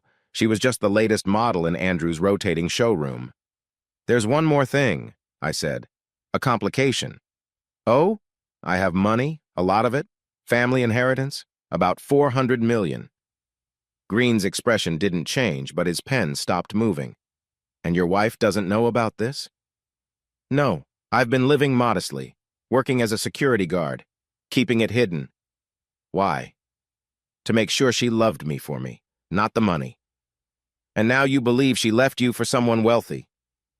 The irony isn't lost on me. Green leaned back, fingers steepled. This complicates things. Hidden assets can be problematic in divorce proceedings. However, if the inheritance was never commingled with marital assets, kept in separate trusts. It is. I never touched it during the marriage. Then it remains separate property. Your wife has no claim to it. However, she may argue that your deception constitutes fraud, while her actual infidelity constitutes what? A misunderstanding? I'm not saying it's fair, Mr. Hughes. I'm saying what her lawyer will argue. We need to be prepared. We spent 2 hours strategizing. By the end, I felt like I'd been turned inside out and examined under a microscope. But I also felt ready, protected, armed for the battle ahead. One more thing, Green said as I prepared to leave. Your wife. Has she contacted you? Constantly. Document everything, but don't respond without consulting me first. Emotions are high right now. Things said in anger can be used against you later. Good advice. Too bad I needed to ignore it. because Emily had texted while I was in the meeting. Can we please talk? I'm at the apartment. 4501 N Sheffield, Unit 12B. Please, Daniel. I need to explain. Andrew's apartment. She wanted me to come to Andrew's apartment. The balls on this woman. But I went, because I'm an idiot. Because part of me needed to hear whatever justification she'd constructed. Because closure is a drug, and I was jonesing for a hit. The building was exactly what I expected, gleaming glass and steel, a doorman who looked at my Honda like it might contaminate the parking garage. Emily buzzed me up without a word. She answered the door looking like hell, hair unwashed, no makeup, wearing sweatpants, and one of my old t-shirts she must have grabbed. The apartment behind her was all modern minimalism and city views, the kind of place I could have bought her 50 times over if I'd wanted to play that game. You came, she said, voice small. You have 10 minutes. She led me to a living room that looked like a furniture showroom, all angles and edges, no warmth.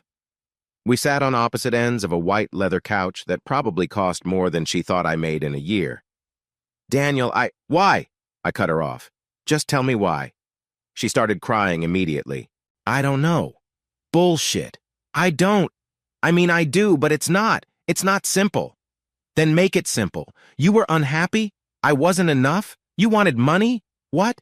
I was lonely. The words exploded out of her. You were always working or sleeping. I felt like a single parent half the time. And then Andrew came along and he saw me. Really saw me. Not as a wife or a mother, but as Emily. Just Emily. I saw you every day. No, you saw your idea of me, the perfect wife who was happy with our perfect little life. But I wasn't happy, Daniel. I haven't been happy for a long time. So you fucked another man instead of talking to me about it? She flinched. It wasn't supposed to happen. We were just talking at first. About design, about dreams. He made me feel talented, valuable. And then you spread your legs for him. Stop saying it like that. How should I say it? You made love. You connected souls. You found your true purpose between his sheets. I fell in love with him. The words hung between us like a blade. Do you want to know what I think? I said quietly. I think you fell in love with his money, his lifestyle, the promise of being more than a suburban housewife. That's not... The first time he took you to La Belle Maison, did you think about me at all? When he was ordering wine that cost more than our mortgage payment, did I cross your mind? Of course you did. I felt guilty every second, but not guilty enough to stop. No, she admitted. Not guilty enough to stop. We sat in silence. Outside, Chicago sprawled beneath us, indifferent to our personal apocalypse. There's something you should know, I said finally. About me. About the inheritance. Daniel, I know you lied about the 20,000. No, Emily. The inheritance wasn't 20,000. It was 400 million. She went completely still. The color drained from her face like someone had pulled a plug. What? My grandfather left me everything. The Hughes real estate empire. I've been rich this entire time. That's not possible. I have the paperwork in my car if you'd like to see it. You've been lying to me for 8 years? I've been testing you for 8 years. You failed. She stood up, pacing to the window. You let me struggle. Let me worry about money, about Oliver's college, about fixing our house. You watched me stress over bills and budgets and you had $400 million. I wanted to know you loved me for me. By lying to me every single day? Like you've been lying to me for the last 6 weeks? She whirled around. That's different. You're right. My lie was to protect our love. Yours was to destroy it. You manipulated me. And you betrayed me. Which is worse? She had no answer for that. She sank into a chair, head in her hands. I gave up everything for Andrew, she whispered. My family, my reputation, my son's stability. And for what? If I'd known. If you'd known about the money, what? You would have stayed? Been faithful? That's exactly why I never told you. I would have felt secure. I wouldn't have felt like I was drowning all the time, like one missed paycheck would ruin us. We were never one paycheck away from ruin, Emily. That was your fear, not our reality. A fear you could have eliminated at any time. By buying your loyalty? By being honest. Like you were honest about Andrew? Round and round we went. Two liars accusing each other of greater sins. But there was a difference, and we both knew it. My lie had been passive, a sin of omission. Hers had been active, deliberate, repeated every time she came home to our bed with another man's cologne on her skin. "What happens now?" she asked finally. "Divorce. I filed this morning." "Custody? I want primary. You can have supervised visitation until we work out a permanent arrangement." "Supervised? I'm his mother." "You're also living with a man Oliver doesn't know in an apartment paid for by your affair. Your judgment is questionable." "Daniel, please, don't take him from me. I'm not. I'm protecting him. There's a difference. From me? From instability. From confusion. From Andrew. Andrew would never hurt Oliver. Andrew destroyed Oliver's family. He's already hurt him." She started crying again, ugly sobs that shook her whole body. Part of me wanted to comfort her, muscle memory from 8 years of marriage, but I stayed on my side of the couch, hands clenched to keep from reaching out. "I'm sorry," she said between sobs. "I'm so fucking sorry." "Sorry you did it or sorry you got caught?" "Both. Neither. I don't know." She wiped her face with her sleeve, my sleeve, technically. "I'm sorry I hurt you. I'm sorry I destroyed our family, but I'm not sorry for feeling something again, for remembering who I was before I became just a wife and mother. You were never just anything. That was your perception, not mine. Maybe, but perception becomes reality when you live it every day." My phone buzzed. Clara, texting that Oliver was asking for lunch. "I have to go," I said, standing. "Daniel, wait." She grabbed my arm. Is there any chance we could work through this? Counseling, therapy, something?" I looked at her hand on my arm. The wedding ring was gone, a pale band of skin in its place. "No. Not even for Oliver? Especially not for Oliver. He deserves better than parents who are pretending." "We wouldn't be pretending. Emily, you're in love with another man. You just told me that. You're living in his apartment. You chose him. That choice has consequences." "I chose wrong." "Maybe, but you still chose." I pulled my arm free and headed for the door. "Daniel?" I paused but didn't turn around. For what it's worth, if I could go back, I'd do everything differently. But you can't go back. None of us can. I left her there, in Andrew's sterile apartment with its perfect view and empty soul. In the elevator, I caught my reflection in the polished steel doors. I looked older, harder, like someone had replaced my face with a rougher draft. Outside, the storm that had been threatening all morning finally broke. Rain hammered down as I ran to my car, soaking through my suit in seconds. Appropriate, really. Biblical, even. I sat in the car for a moment, rain drumming on the roof, and tried to process what had just happened. Emily knew about the money now. That secret was out, spreading like blood in water. Soon everyone would know. The security guard was actually a millionaire. The humble husband was a liar, too. But there was something liberating about it. No more pretending, no more uniforms and fake overtime, no more lies, at least not from my side. My phone rang. Martin Green. "Mr. Hughes, your wife's attorney just contacted me. She's not contesting the divorce, but wants to discuss custody arrangements." "What's her position?" "Joint custody. 50-50 split." "No. She is his mother. She's also unstable, living with her affair partner. I want primary custody with generous visitation. Supervised at first, then we can reevaluate." "That might be a hard sell to a judge." "Then sell it hard. That's why I'm paying you." "Understood. There's one more thing. She's claiming you hid assets, the inheritance, which never touched our marital property." "Correct. But she's arguing emotional damages. Fraud. Intentional infliction of emotional distress. While she was inflicting actual emotional distress by fucking another man. I'm not saying her argument has merit.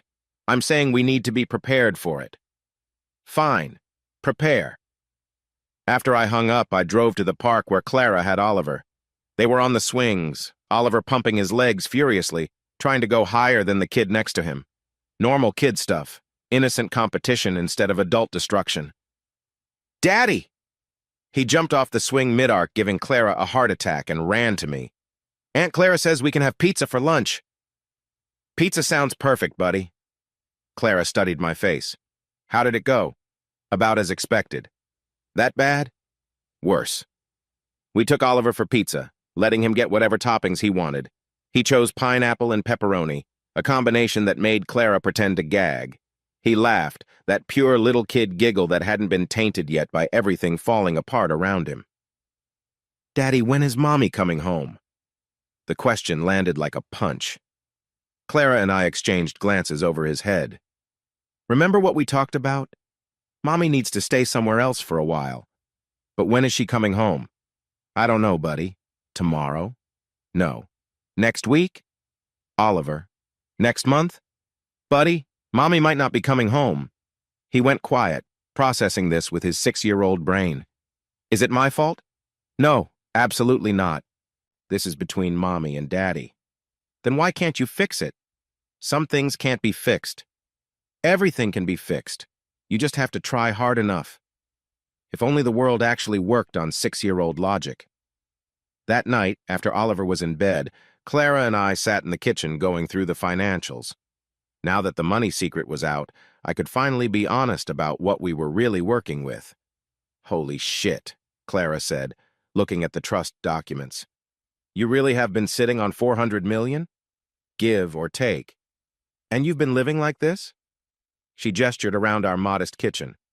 I wanted a normal life. Daniel, you could have had a normal life with money. They're not mutually exclusive. Grandpa got burned twice. Grandpa was paranoid, and he made you paranoid. Maybe, but I was right, wasn't I? She left me for money. She left you for attention. The money was just a bonus. Same difference. No, it's not. Clara leaned forward. Emily didn't know about your money when she cheated, which means she cheated on who she thought you were, a working-class guy doing his best. That's actually worse. I hadn't thought about it that way. The question now, Clara continued, is what are you going to do about it? About what? The money, the lies, the whole situation. You can't just go back to being a security guard. I know. So? So I stop hiding, stop pretending. Start being who I actually am, which is, I have no fucking idea. But that wasn't entirely true. I knew who I wasn't: Emily's husband, the security guard, the man who believed in forever. Those versions of me were dead. Who I was becoming, that remained to be seen. But for the first time since finding those emails, I was curious to find out. Chapter 7. The custody mediation took place in a beige room that smelled like old coffee and broken dreams. Emily sat across from me, her lawyer beside her, a sharp-dressed woman named Patricia Winters, who looked like she ate men for breakfast and asked for seconds. Emily had tried to dress professionally, but I could see the cracks. Her blouse was wrinkled, her eyes puffy despite the makeup. She kept touching her neck where her necklace used to be the one I'd given her for our 5th anniversary. Nervous habit. Let's start with the basics, the mediator said. Her name was Janet, and she had the tired eyes of someone who'd seen too many families implode. Both parties want what's best for Oliver. Can we agree on that? We both nodded. Good. Now, Mr. Hughes, you're seeking primary custody with supervised visitation for Mrs. Hughes. Can you explain your reasoning? Martin Green cleared his throat. My client has concerns about the stability of Mrs. Hughes's current living situation. She's residing with her affair partner, a man the child doesn't know. Additionally, she effectively abandoned the family home. I didn't abandon anything, Emily burst out. Daniel told me to leave. After discovering your 6-week affair, Green continued smoothly, you chose another man over your family. That shows questionable judgment. Patricia Winters leaned forward. My client made a mistake in her marriage. That doesn't make her an unfit mother. She's been Oliver's primary caregiver for 6 years. While conducting an affair, Green countered, lying to both her husband and son, bringing chaos into the child's life. Mr. Hughes has also been lying, Winters shot back. For 8 years, he's hidden assets worth hundreds of millions of dollars. That's fraud. Separate property that never entered the marriage. Emotional fraud. He manipulated my client. Your client was too busy in another man's bed to be manipulated.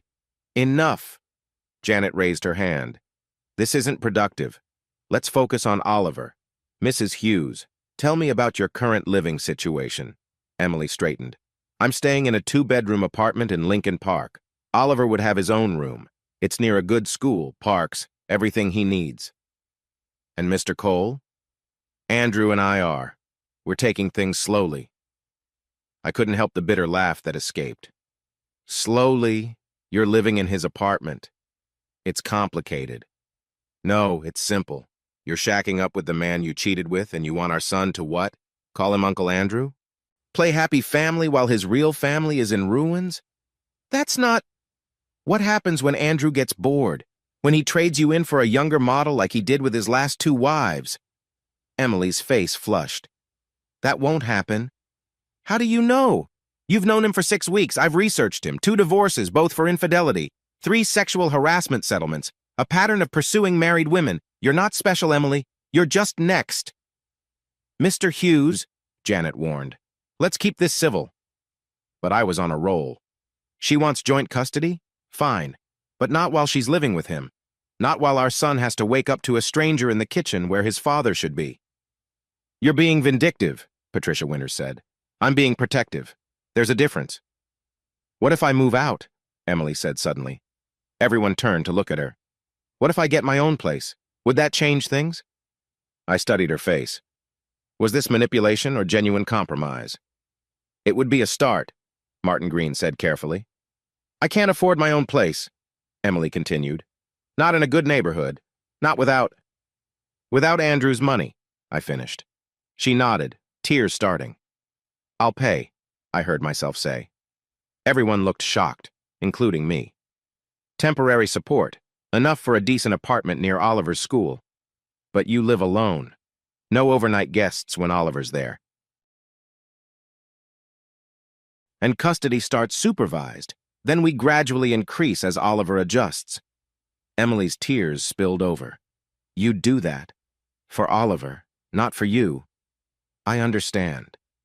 Patricia Winters whispered urgently in Emily's ear, probably telling her not to accept the first offer. But Emily shook her head. I accept those terms, she said. Supervised visits initially, working toward regular visitation. Daniel has primary custody. I get weekends once things stabilize. Emily, her lawyer warned. It's what's best for Oliver, Emily said quietly. I know I hurt him. I hurt both of them. This is fair. We spent another 2 hours hammering out details. Pickup times, drop-off locations, holidays, birthdays. The business of dividing a child's life into manageable chunks. When we finally finished, Emily caught me in the parking lot. Thank you, she said, for the apartment help. You didn't have to... Yes, I did. Oliver needs to know where his mother lives, needs to feel safe there. Still, after everything. Emily, I don't forgive you. Maybe I never will. But you're Oliver's mother. That means something, even if our marriage doesn't anymore. She nodded, wiping her eyes. Andrew's not happy about me moving out. That's not my problem. No, I guess it's not. She laughed bitterly.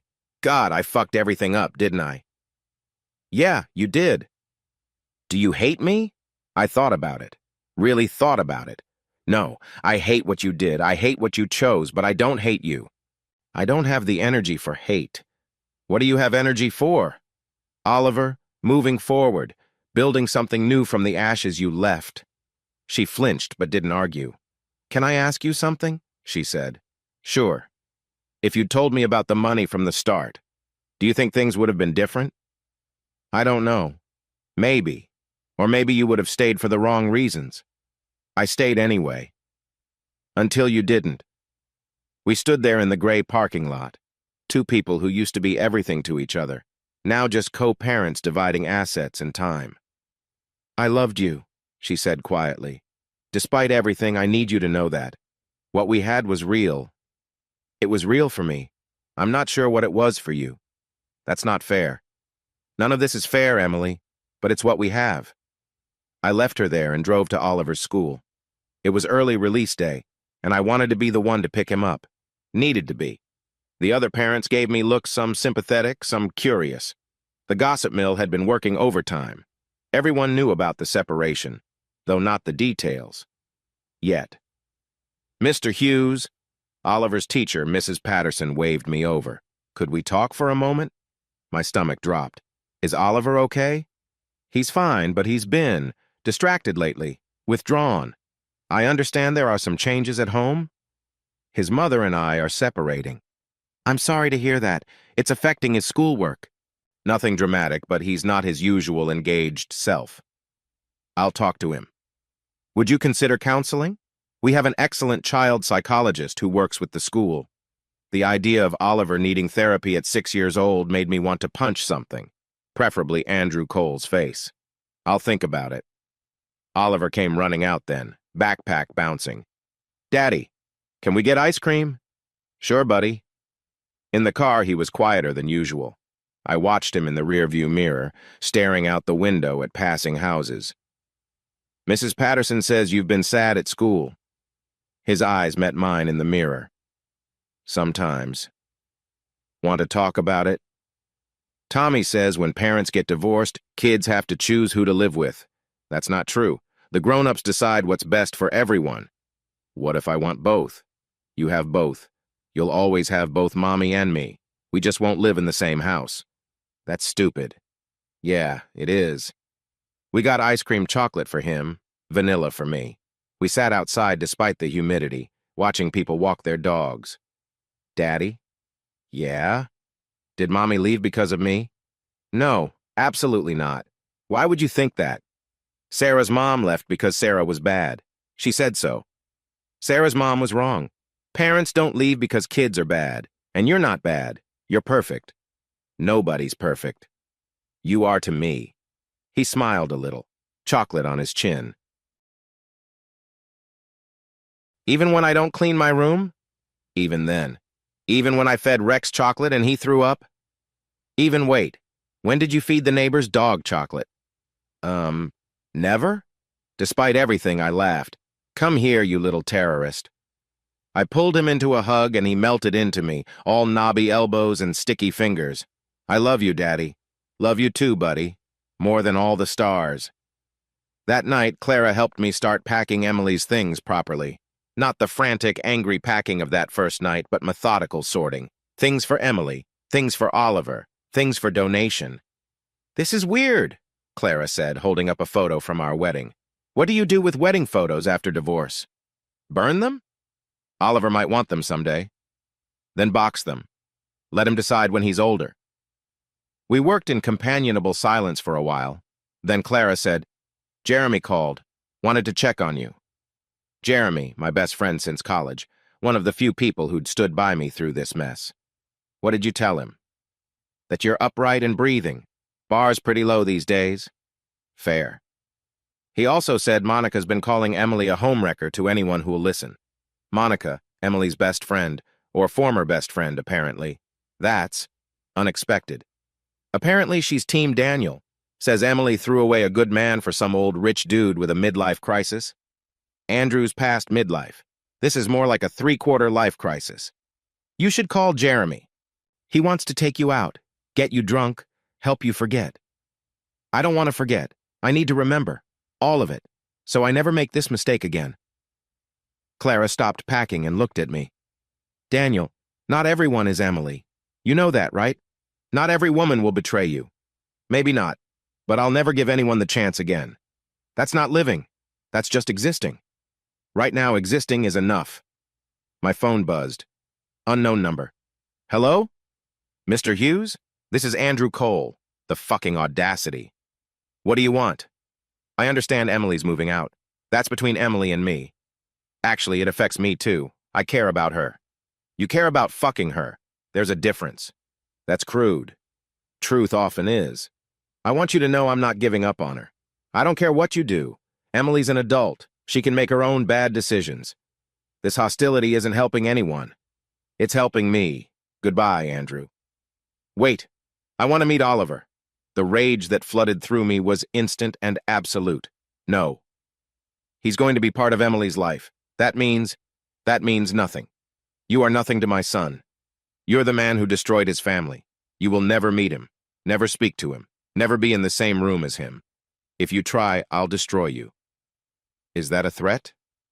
It's a promise. I have resources you can't imagine and nothing left to lose. Test me. See what happens. Emily won't stand for... Emily agreed. No overnight guests when Oliver's there. That includes you. We'll see about that. Yes, we will. And Andrew, when she leaves you, and she will remember this conversation, remember that you were warned. I hung up and immediately called Martin Green. I need a restraining order against Andrew Cole. Keep him away from my son. On what grounds? I'll find grounds. Just be ready. After Clara went to bed, I sat in the dark living room, nursing a whiskey and thinking about the wreckage of my life. 6 weeks ago, I'd had a wife, a family, a future I thought I understood. Now I had a broken home, a confused son, and a fortune I'd never wanted to use. But maybe that was the point. Maybe the money had always been a curse disguised as a blessing. Grandpa's final test from beyond the grave. Well, I'd failed that test, or passed it, depending on how you looked at it. Either way, the man I'd been was gone. Time to figure out who I was going to become. The whiskey burned, but not as much as the truth. Emily was right about one thing.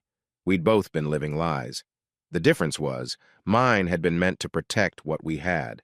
Hers had destroyed it. Chapter 8.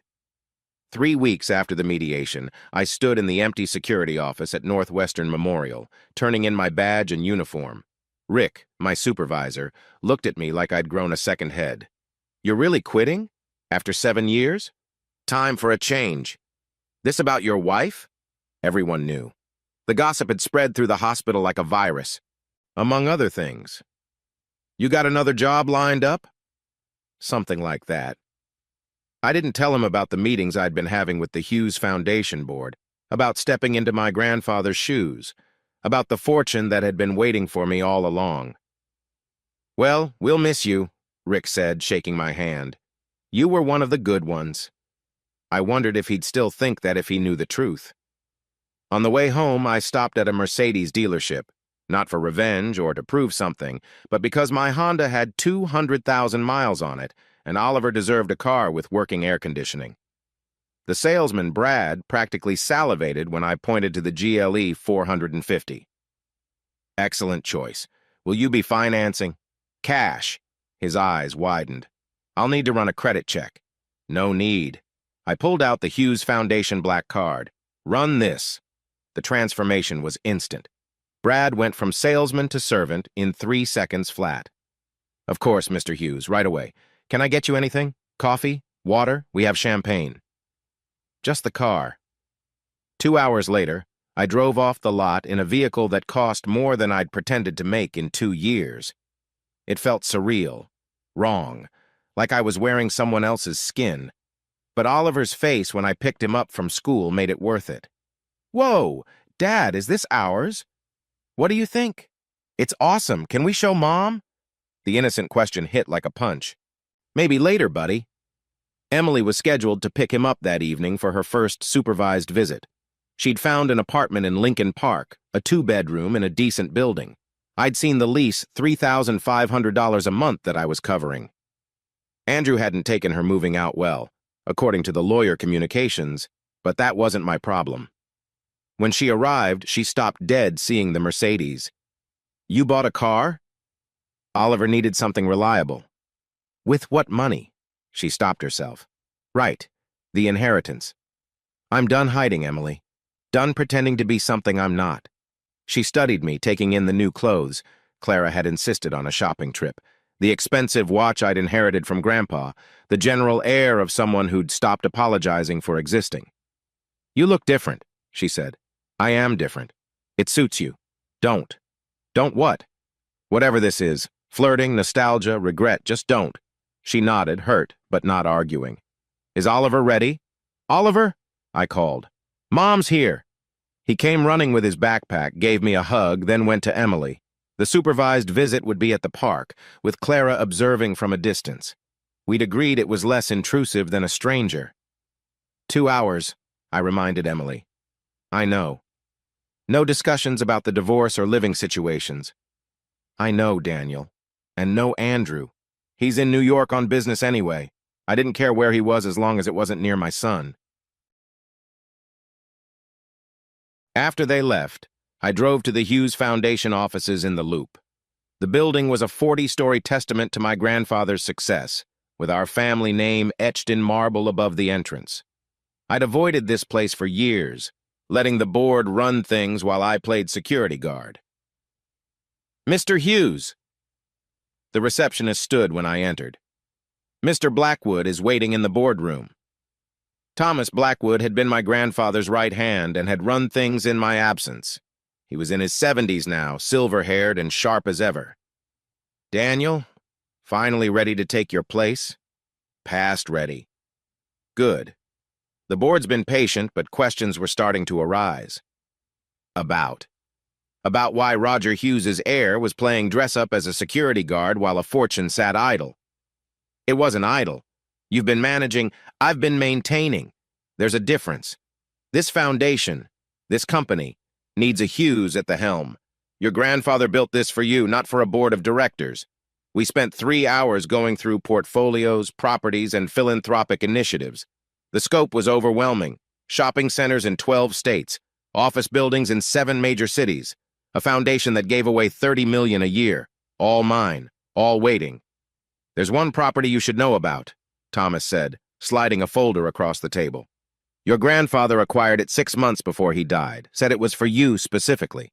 I opened the folder. Inside were photos of a house, not a mansion, but a beautiful Victorian in Winnetka, right on the lake.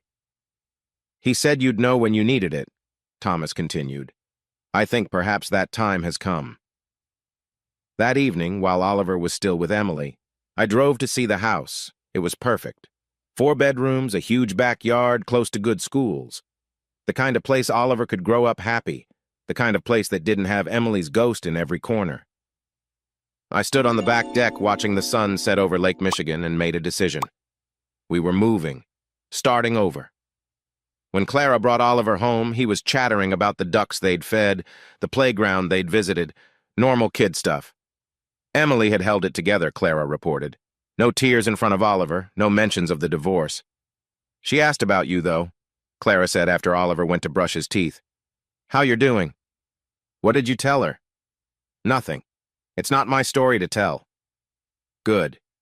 She looks rough, Daniel. Lost weight, bags under her eyes. Also not my problem. I'm not saying it is.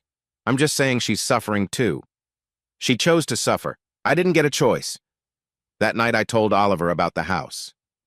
"We're moving? Maybe. Want to see it tomorrow? Is Mom coming?" "No, buddy. Just us." "Will she know where we live?"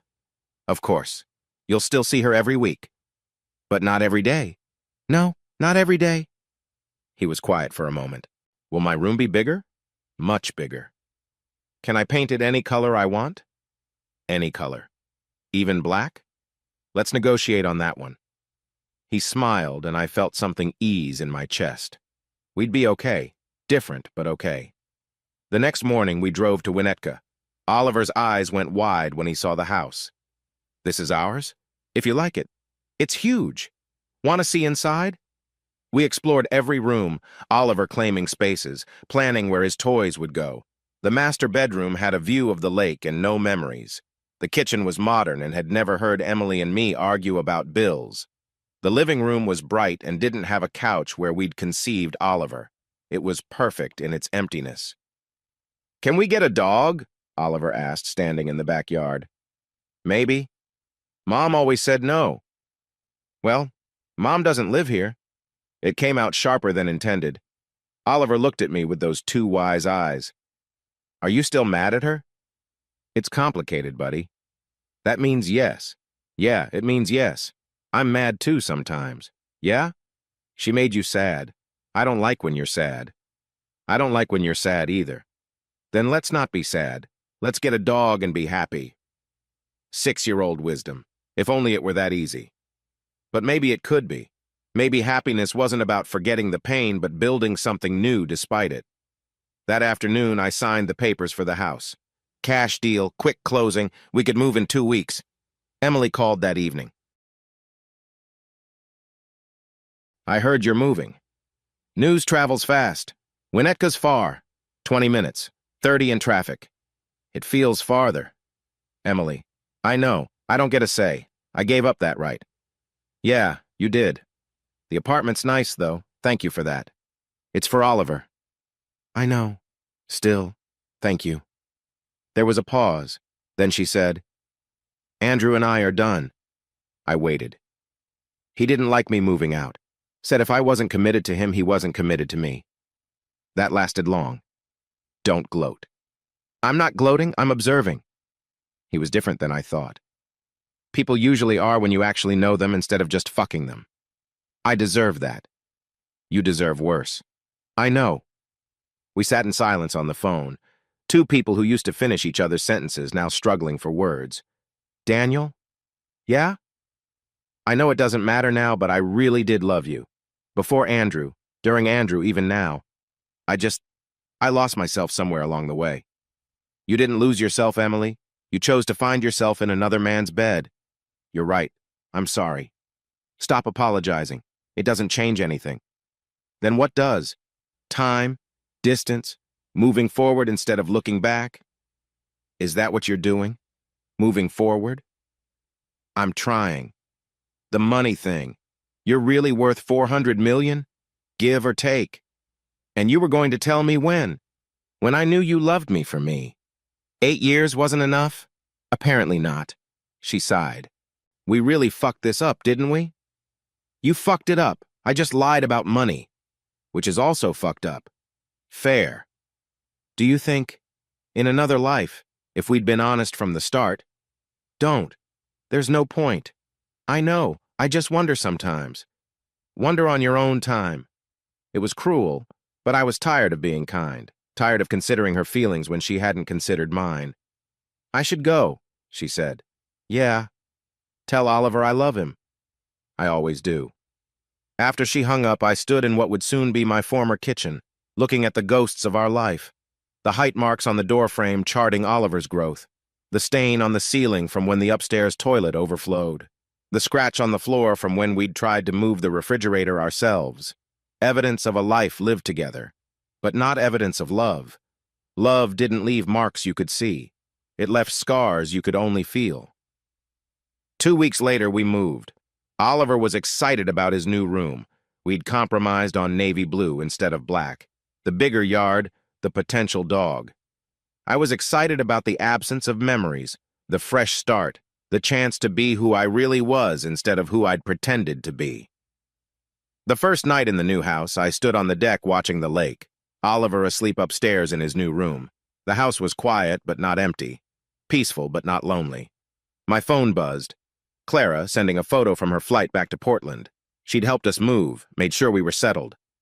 Proud of you, big brother. Grandpa would be too. I wasn't sure about that. Grandpa's test had failed, or succeeded. I still couldn't tell.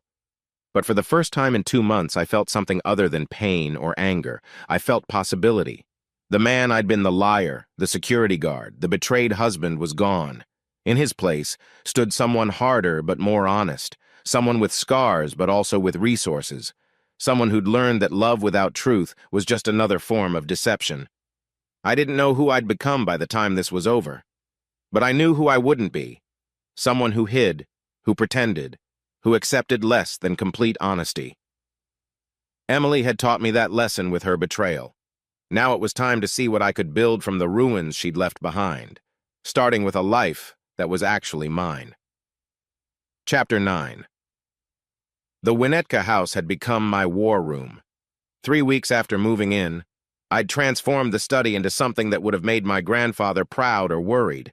Papers covered every surface: financial records, newspaper clippings, corporate filings, all roads leading to Andrew Cole. You look like a crazy person, Clara said from the doorway, coffee in hand. She'd extended her stay, claiming Oliver needed stability, but I knew she was worried about me. Crazy people don't have spreadsheets this organized. I pointed to my laptop screen, where I'd mapped out Andrew's entire business empire. Every property, every investor, every dirty little secret. Crazy people absolutely have organized spreadsheets. That's like serial killer behavior 101. I'm not going to kill him. Just destroy his life? He destroyed mine first. Clara sat across from me, studying the evidence I'd gathered. 3 weeks of digging with the help of a private investigator named Marcus, former FBI. Current expensive Ashell bloodhound had yielded gold. 2 divorces, both for infidelity, I said, tapping a folder. 3 sexual harassment settlements he thought were buried. A DUI he paid to make disappear. And this... I slid a document across the desk. His crown jewel, the Millennium Tower project. 40-story luxury high-rise, pre-sold to Chicago's elite. And the foundation has cracks. Literally. They cut corners on the concrete mix to save money. Building's not even topped out yet, and there are already structural issues. Clara's eyes widened. That's... people could die. Not if it gets exposed first, which it will. Daniel, this is serious. You're talking about justice? Consequences? Yeah, I am. My phone buzzed. Marcus texting an update. Board meeting Thursday. Cole presenting to investors. Security footage from his office building attached. I opened the video. There was Andrew leaving his office at 2 a.m. with a woman who definitely wasn't Emily. Young, blonde, probably an intern. Jesus, Clara muttered, looking over my shoulder. Does Emily know? About the pattern? No. About him being a serial cheater? She's learning. It had been 2 weeks since Emily told me they were done. 2 weeks since Andrew had bailed on her the moment things got difficult. She'd moved into the apartment I was paying for, trying to rebuild her design business from scratch. Most of her clients had dropped her after word spread about the affair. This is what he does, I continued, pulling up more files. Finds married women, lonely women, women who need something. Promises them the world. Then when complications arise, when reality intrudes, he disappears, moves on to the next one. And you're going to what? Expose him? I'm going to let him expose himself. I just need to create the right conditions. The plan had been forming since the night I'd whispered to the darkness that this wasn't over. It started with research, then evolved into something more elaborate, more poetic. There's a gala next month, I said, showing Clara the invitation that had arrived yesterday. Andrew's hosting it. Charity fundraiser to improve his image while the building investigation heats up. 500 of Chicago's most influential people. And you're invited? The Hughes Foundation is invited. Apparently we're now major players in Chicago real estate. Thomas Blackwood made sure of that.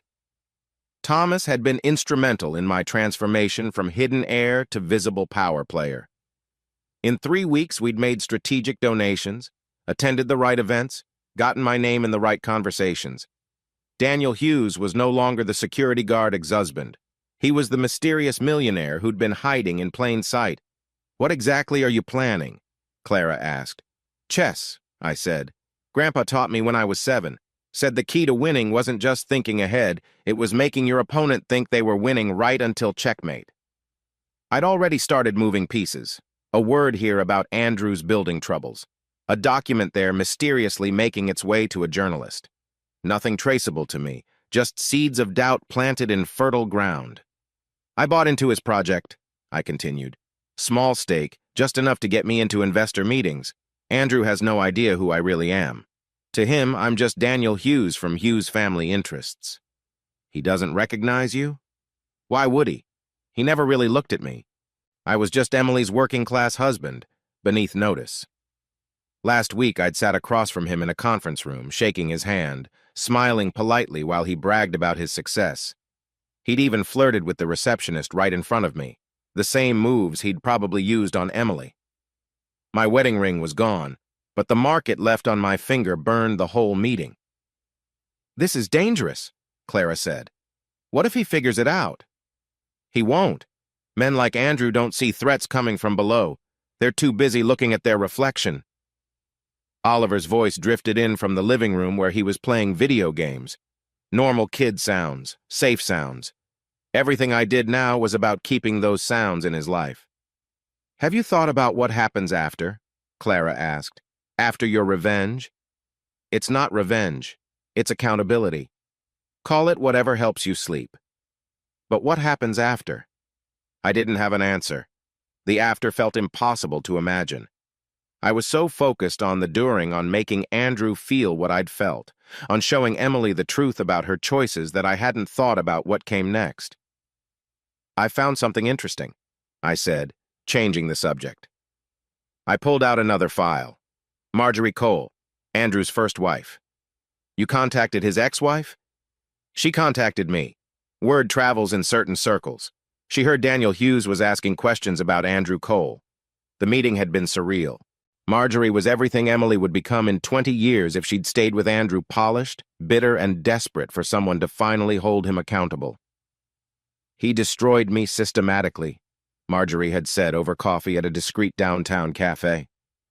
First the affairs, then the gaslighting, then the lawyers. By the time the divorce was final, I was painted as the crazy ex-wife while he walked away looking like the victim.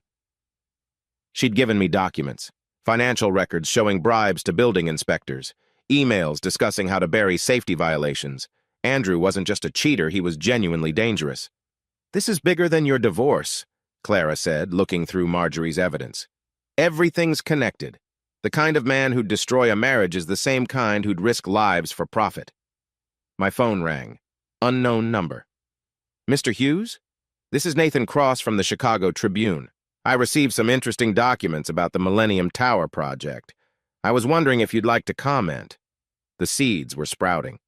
I'm just an investor concerned about safety standards, I said carefully. I'd hate to see anyone get hurt because corners were cut. Do you have evidence of corners being cut? I have concerns. Whether they're founded or not, I suppose that's for investigators to determine. After I hung up, Clara shook her head. You're playing with fire. I already got burned. Might as well use the flames for something useful.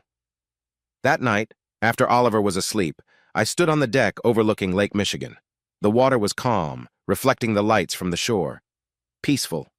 Nothing like the storm building inside me. Emily had texted earlier. Oliver wants to know if he can bring his Nintendo to my apartment this weekend. I'd responded, of course. She'd typed for a long time. I could see the 3 dots appearing and disappearing. Finally, thank you for being reasonable about everything. Reasonable. If only she knew what reasonable looked like in my head these days. The plan was simple, really. Andrew would attend his own gala, confident that his charm and money could smooth over any scandal. The investigation into his building would be picking up steam by then, thanks to the anonymous tips and leaked documents. Emily would probably be there, still hoping to salvage something from the wreckage of their relationship. And I would be there too. Not as the betrayed husband or the working-class nobody, but as Daniel Hughes, heir to the Hughes fortune. The man with the power to destroy everything Andrew had built. You coming inside? Clara called from the doorway. It's freezing out here. In a minute. She left me alone with my thoughts and my plans. Somewhere across the city, Andrew was probably in his office, scrambling to contain the damage from the building investigation. Emily was probably in her small apartment, wondering how everything had gone so wrong. And I was here, in my new house with my new life, orchestrating their downfall with the precision of a surgeon. Or maybe Clara was right. Maybe I was just crazy. But even crazy had its purpose sometimes. And my purpose was clear. Andrew Cole would learn what it felt like to lose everything. Emily would see the truth about the man she'd chosen over her family. And then, only then, could I figure out what came after. The chessboard was set. The pieces were moving. Checkmate was coming. Chapter 10. The phone call from Marjorie Cole came on a Tuesday morning while I was reviewing quarterly reports for the Hughes Foundation. Her voice was whiskey smooth, aged by years of expensive disappointments. Mr. Hughes, I believe we have a mutual interest in Andrew Cole. I'm listening. Not on the phone. Café Bernard, Michigan Avenue. 1 hour. She hung up before I could respond. I looked at Clara, who was helping Oliver with his homework at the kitchen table. I need to go into the city. Mysterious meeting? Clara asked, not looking up from Oliver's math worksheet. Something like that. Café Bernard was all white tablecloths and hushed conversations, the kind of place where deals were made over espresso that cost more than most people's lunch. Marjorie Cole sat in a corner booth, watching the door like a hawk. She was in her 50s, immaculate in the way that took effort but looked effortless pearl earrings, designer suit, wedding ring notably absent. "You're younger than I expected," she said as I sat down. "You're exactly what I expected." She laughed, sharp and bitter. "Andrew does have a type. Let me guess your wife was beautiful, creative, always wanting more. Interior designer. Mine was an artist. The second one was a chef. We should start a club." The waiter brought coffee without being asked. Marjorie had been here before. "I know who you are," she continued. "The security guard who was secretly worth hundreds of millions. It's almost romantic if it hadn't ended with Andrew's hands all over your wife." "Ex-wife." "Good. The X is important. Means you're moving forward." She pulled a manila envelope from her purse. "I've been waiting 15 years for someone like you. Someone with the resources and motivation to finally hold Andrew accountable." Inside the envelope were documents that made my previous research look like amateur hour. Financial records, inspection reports, emails between Andrew and city officials. "He paid off Inspector Morrison to overlook the foundation issues," Marjorie explained, pointing to a highlighted transaction. $50,000, disguised as a consulting fee. There are 3 more just like it. "How did you get these?" "I kept copies of everything during our divorce. My lawyer said I was paranoid." "I preferred to think of it as insurance." "Why didn't you use them?" "Because Andrew's lawyers were better, and because nobody cared about the vindictive ex-wife's accusations. But you," she studied me over her coffee cup, "you're different. You're not just angry. You're strategic." "What makes you think that?" "Because you've already started, haven't you? The building investigation that's suddenly gaining steam? The journalists suddenly interested in Andrew's past? That's you." I didn't confirm or deny. "I want to help," she said. "Not for you, I don't know you, but because Andrew needs to face consequences. Real ones. The kind that matter to him." "What matters to him?" "His image, his money, his control. Take those away, and Andrew Cole ceases to exist." We spent an hour going through the documents. Marjorie had been meticulous in her record-keeping, driven by a fury that had aged into cold determination. By the time we finished, I had enough ammunition to destroy Andrew 10 times over. "There's a gala next week," I said. "I know. I wasn't invited. The ex-wives never are. Would you like to be?" Her smile was sharp enough to cut glass. "Mr. Hughes, I thought you'd never ask." That afternoon, I met with Nathan Cross from the Tribune at a parking garage downtown, his choice, not mine. He looked exactly like an investigative journalist should. Rumpled shirt, tired eyes, coffee stain on his tie. "This is deep," he said, flipping through the documents I'd provided. "If even half of this is true, it's all true. I'll need to verify, check sources. This kind of story, we can't afford to be wrong." "How long?" "To do it right, 2 weeks, maybe 3. The gala is in 1 week." He looked up sharply. "You're planning something." "I'm planning on attending a charity function. Whatever news breaks that night is just coincidence." "Right." He gathered the documents. "You know Cole's going to come after whoever exposed this." "Let him try." Nathan studied me for a moment. "This is personal for you.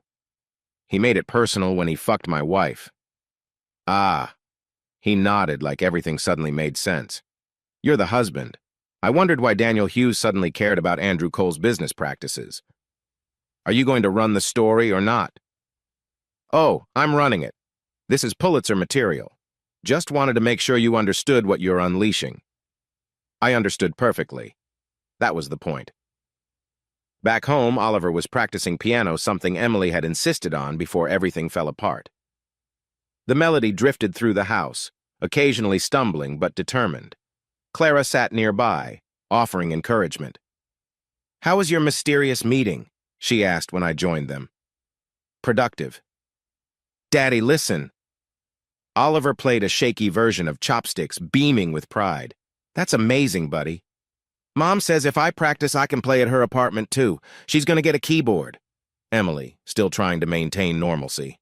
Still trying to be the mother she'd almost thrown away. "That's great." That evening, I called Thomas Blackwood. "I need the foundation to make a splash at the gala," I said. How big a splash? Tsunami. He chuckled. Any particular reason?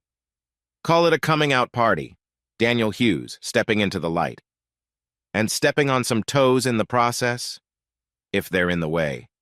Your grandfather would be proud. He loved a good strategic demolition. This isn't about demolition. It's about truth. In my experience, they're often the same thing. The next morning, I sat in another investor meeting for Millennium Tower. Andrew was at the head of the table, all confidence and charm despite the investigation. These allegations are baseless, he assured us. Competitors trying to slow us down. The building is perfectly safe. Then you won't mind an independent inspection, I suggested mildly. All eyes turned to me. Andrew's smile tightened. Mr. Hughes, I assure you, I'm sure you do, but I've got $10 million invested in this project. I'd like more than assurances. The city is already conducting a city inspection that's been delayed 3 times. I'm talking about hiring our own firm today. The other investors murmured agreement. Andrew's jaw clenched. That seems premature. What seems premature is breaking ground without proper foundation tests. I slid a report across the table. This is from 2019. Your own engineers raised concerns. What happened to those concerns, Mr. Cole? They were addressed. How? I don't appreciate the interrogation. And I don't appreciate my investment being jeopardized by cut corners. The room was silent. Andrew and I stared at each other across the table. For the first time, I saw a flicker of recognition in his eyes. Not of who I was, but of what I was a threat. We'll discuss this after the meeting, he said finally. But there wouldn't be an after. By the time the gala rolled around, Andrew would have bigger problems than one uppity investor. That night, Emily texted, Andrew's been acting strange. Paranoid. Did something happen? I responded, not my problem anymore. Daniel, if you're doing something, I'm living my life. You should try it. 3 dots appeared and disappeared several times. Finally, just please don't do anything that would hurt Oliver. Everything I do is for Oliver. That's what scares me. She had no idea how scared she should be. Not of me, I'd never hurt her. Not physically, not even financially. But Andrew? Andrew was about to learn what it felt like when the ground beneath your feet turned out to be quicksand. The gala was in 3 days. The Tribune story would break in 4, perfectly timed for maximum impact. Marjorie would be there as my guest, a ghost from Andrew's past he never expected to see again. And Emily would be there too, probably still hoping Andrew would take her back, not knowing he'd already moved on to his next conquest. The trap was set. All that remained was the spring. Chapter 11. The Palmer House. Hilton looked like it had been dipped in gold for the gala. Chandeliers threw light across marble floors while Chicago's elite pretended to care about whatever charity Andrew had chosen to camouflage his reputation repair. I adjusted my cufflinks in the Mercedes's reflection before heading in. The tuxedo was custom. The watch was my grandfather's Patek Philippe, and the attitude was pure Hughes, confident, untouchable, dangerous when cornered. Mr. Hughes! Thomas Blackwood appeared at my elbow the moment I entered. Ready for your grand entrance? As ready as one can be for social theater. Your grandfather loved these things, said you could learn more about a man at a gala than in 100 board meetings. What did he learn? Who was desperate, who was drowning, and who was about to stab whom in the back? And which am I? Tonight, you're the knife. The ballroom was packed with familiar faces from the investor meetings, city officials, and media personalities. And there, holding court near the bar, was Andrew Cole. He looked good, silver hair perfectly styled, tuxedo impeccable, smile practiced. Emily stood beside him in a navy dress I recognized. I'd bought it for her 3 Christmases ago. She saw me first. Her eyes widened, taking in the transformation. Gone was the security guard she'd married, the tired husband she'd betrayed. In his place stood someone she'd never met, Daniel Hughes, heir to a fortune, player of games she didn't know existed. Shall we? Marjorie appeared at my side, elegant in black, smile sharp as a scalpel. Let's give them a show. We moved through the crowd deliberately, stopping to chat with city councilmen and reporters, building anticipation. I could feel Emily's eyes tracking us, see Andrew's growing awareness that something was off. "Daniel Hughes!" The mayor's wife grabbed my arm. "We were just discussing your foundation's generous donation to the Children's Hospital. Happy to help where we can. 20 million is more than helping. It's transforming." The number was loud enough to carry. I saw Andrew's head turn, finally making the connection. Daniel Hughes, Emily's Daniel. "If you'll excuse me," I said to the mayor's wife, "I should pay my respects to our host." The crowd seemed to part as Marjorie and I approached. Andrew's face cycled through emotions, confusion, recognition, barely contained rage before settling on his trademark smile. "Daniel," he said, voice carefully neutral, "I didn't expect to see you here." "Really? The Hughes Foundation is a major donor. It would be rude not to attend." His eyes flicked to Marjorie. "Marjorie. Andrew. You look well. Crime apparently agrees with you. I see you haven't lost your flair for dramatics. I see you haven't lost your flair for underage assistance." Emily stepped forward, trying to diffuse. "Daniel, can we talk? We're talking now. Privately? I don't think Andrew would appreciate losing your attention. You know how he gets when he's not the center of someone's universe." Andrew's jaw clenched. "If you're here to cause trouble, I'm here to donate $500,000 to charity, though I am curious about your choice. Building Futures Foundation. Ironic, considering your building is about to collapse. That's slander. That's engineering. Ask your own inspectors. Oh wait, you paid them not to." People were starting to notice our tense little circle. Phones appeared, discreetly recording. "Ladies and gentlemen," the MC's voice boomed across the room, "please welcome your host for this evening, Andrew Cole." Andrew had no choice but to head to the stage, but not before leaning close to me. "We're not done." "No," I agreed. "We're just getting started." His speech was practiced, hitting all the right notes about community and responsibility. I almost laughed at the irony. When he called for the major donors to be recognized, Thomas Blackwood made sure the Hughes Foundation was announced last and loudest. "Please welcome Daniel Hughes, whose foundation has committed $50 million to Chicago area charities this year alone." The applause was thunderous. I took the stage, shaking Andrew's hand for the cameras, feeling him try to crush my fingers. I smiled and leaned in close. "Smile, Andrew. Everyone's watching." At the podium, I kept it brief. The Hughes Foundation believes in building things that last, relationships, communities, legacies. But most importantly, we believe in truth, because without truth, everything else crumbles. I looked directly at Andrew as I said it, then at Emily, then at the Tribune reporter I'd spotted in the crowd. "Enjoy your evening," I concluded. "Tomorrow might be more challenging." Back in the crowd, Emily cornered me by the champagne table. "What are you doing?" "Having a drink." "Want one?" "Daniel, please, whatever you're planning. Did you know he's already sleeping with someone else? 23-year-old intern? Started 2 weeks after you moved in with him." Her face paled. "You're lying. Check his phone. Tuesday and Thursday evenings when he says he's at the gym. Suite 412 at the Marriott." "How do you—" "Because unlike you, I do my research before trusting someone." Tears started forming in her eyes. "I made a mistake. You made a choice. Now you get to live with it." "I already am. I lost everything. You lost what you threw away. There's a difference." Andrew appeared, wrapping a possessive arm around Emily's waist. "Everything all right here?" "Perfect," I said. "Emily was just learning about your extracurriculars." "I don't know what—" "Suite 412. Should I describe her, or would you like to—" Emily pulled away from him. "Is it true?" He's trying to—" "Is it true?" The silence was answer enough.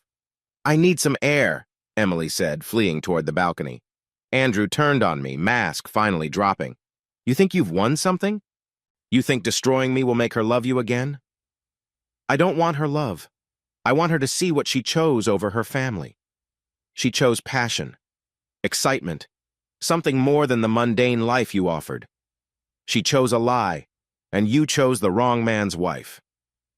Before he could respond, Nathan Cross from the Tribune appeared. "Mr. Cole, I need to ask you about some documents regarding the Millennium Tower Foundation." Andrew's face went white. "No comment." "Sir, we're running the story tomorrow. This is your chance to respond." I said no comment. But Nathan was already pulling out his recorder, other reporters sensing blood in the water. Within minutes, Andrew was surrounded, all of them asking about bribes and safety violations. I found Emily on the balcony, mascara ruined, staring at the city lights. "You planned all this," she said without looking at me. "He planned it when he pursued a married woman." "And me? What's my punishment?" "Living with your choices." She finally turned to face me. "I know you hate me." "I don't hate you, Emily. I nothing you. You're Oliver's mother, nothing more. We loved each other once." Once, past tense, like everything else about us. "Daniel?" She reached for my hand. I stepped back. "Andrew's leaving." She looked through the glass doors to see Andrew fleeing the reporters, his perfect evening destroyed. Tomorrow, the Tribune would run the story. His investors would pull out. The city would shut down construction. Everything he'd built would crumble. "Why?" Emily asked. "Why go this far?" "Because men like Andrew think they're untouchable. They destroy families, risk lives, buy their way out of consequences. Someone needs to remind them they're not gods." "And you're that someone?" "Tonight, I am."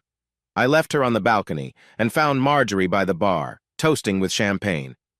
"To justice," she said, "to consequences." We clinked glasses as Andrew's world began its collapse. By morning, he'd be headline news. By week's end, he'd be under investigation. By month's end, he'd be finished. The drive home was quiet, lights from the city giving way to the darkness of the suburbs. Oliver was asleep when I got back, Clara reading in the living room. "How was it?" she asked. "Productive." "Is it over?" "Almost."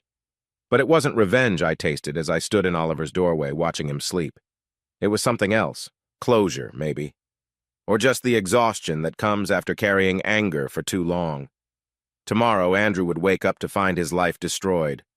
Emily would realize the depth of her mistake. And I would wake up the same as today, a single father, doing his best, scarred but still standing. That had to be enough. It was all I had left. Chapter 12. 3 months later, the morning sun painted golden stripes across my kitchen counter as I assembled Oliver's lunch. Turkey sandwich, apple slices, those little cheese cubes he loved. Normal dad stuff. The kind of routine that had saved me when everything else fell apart. "Dad, I can't find my soccer cleats." Oliver's voice carried down from upstairs. "Check the mudroom." "Found them." Life had developed a rhythm, not the same one as before that song had ended, but something new, maybe even better in its hard-won simplicity. My phone buzzed. "Emily, can we switch weekends? I have a job interview." "Sure. Good luck. Thanks. Really." Our texts had evolved from bitter to businesslike to something approaching cordial. We'd never be friends, but we'd figured out how to be co-parents. Oliver needed that stability more than I needed my anger. Andrew Cole had left Chicago 2 months ago. The Tribune story had triggered an avalanche federal investigation, investor lawsuits, criminal charges for bribing city officials. Last I heard, he was in Florida, probably scanning for his next mark. Some people never learned. Emily had survived barely. The apartment I'd paid for became her base to rebuild. She'd started taking small design jobs, nothing like before, but honest work. The humility looked good on her, even if it had cost us everything to find it. "Ready, buddy?" Oliver appeared with his backpack, hair still sticking up despite my attempts to tame it. "Dad, are you happy?" The question caught me off guard. "Why do you ask?" "You smile more now." "Do I?" "Yeah. Real smiles, not the fake ones you used to do. 7 years old and already reading people better than I ever could." "Yeah, buddy, I'm happy." And surprisingly, it was true. After dropping Oliver at school, I headed to the Hughes Foundation offices. What had started as a vehicle for revenge had become something real. We'd funded 3 new community centers, renovated a dozen schools, and were breaking ground on affordable housing that actually deserved the name. "Morning, Mr. Hughes," my assistant Jennifer greeted me. Thomas Blackwood is in your office." Thomas sat in the leather chair my grandfather had once occupied, looking at the city sprawling below. "You've done well," he said without preamble. "Roger would be proud. Even though I failed his test?" "Did you? You found out exactly who Emily was. The test worked." "It destroyed my marriage." "No, Emily destroyed your marriage. The test just revealed it." We sat in comfortable silence, two men who'd learned that truth was more complex than any lie. "There's someone I want you to meet," Thomas said eventually. "Sarah Chen. She runs the literacy foundation we partner with." Thomas: "I'm not matchmaking. She's brilliant and passionate about her work. You should know who you're funding." But his smile suggested otherwise. I met Sarah that afternoon at a coffee shop near Grant Park.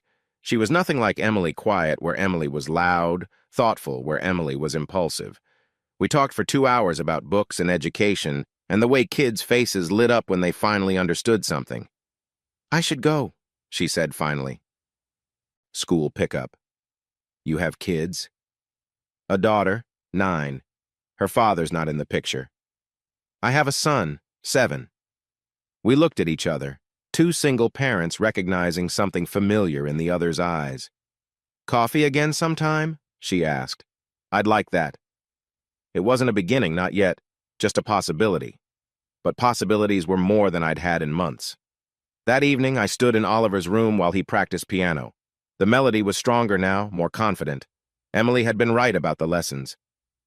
"Mom says you gave her our old wedding picture," he said between songs. "She told you that?" "She keeps it in her bedroom, not hanging up, just in a drawer. I saw it when I was looking for my Nintendo charger." "How does that make you feel?" "Sad, I guess, but also okay. Like you guys aren't married anymore, but you were once. And that made me, right?" "Right. So even if it ended bad, something good came from it." "You're pretty smart for 7. 7 3/4. That night, after Oliver was asleep, I found myself in the garage going through boxes we still hadn't unpacked. At the bottom of one, wrapped in newspaper, was our wedding cake topper.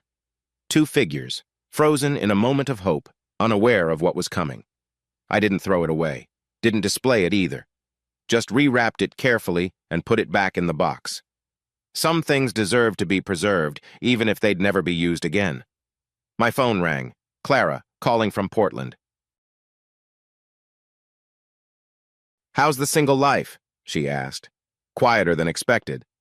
"And Sarah? How did you? Thomas called you, didn't he?" "Immediately. He says she's perfect for you. It was just coffee. It's never just coffee. I'm not ready for anything serious." "Nobody said serious. Maybe just open." Open. It sounded terrifying and necessary in equal measure. 2 weeks later, I stood at the edge of Lake Michigan with Oliver, teaching him to skip stones. The sun was setting, painting everything gold and amber. "Dad?" "Yeah? I'm glad you and Mom aren't sad anymore." "Me too. Even if you're not together. Especially because we're not together. Sometimes people are better apart.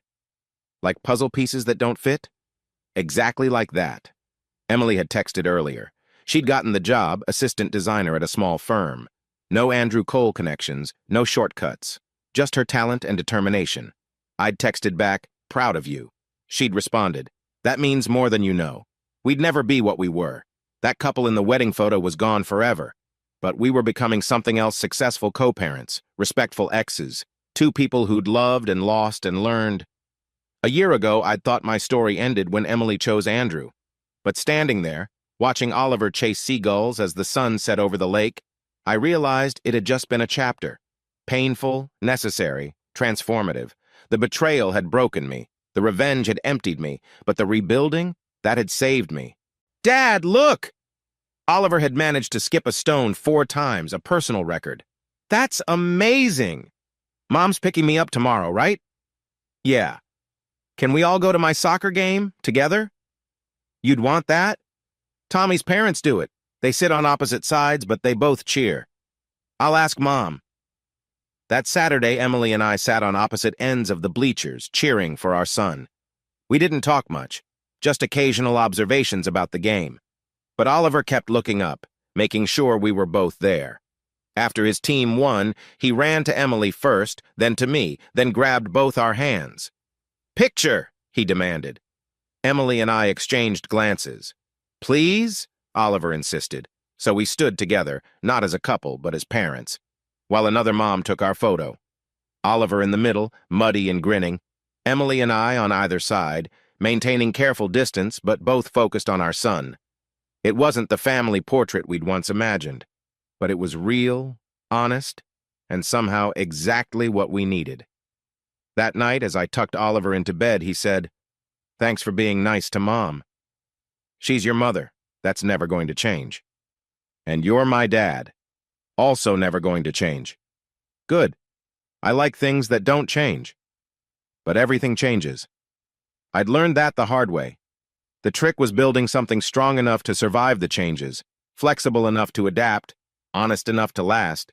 Sarah and I had coffee again the next week, and the week after, slowly, carefully, without promises or expectations.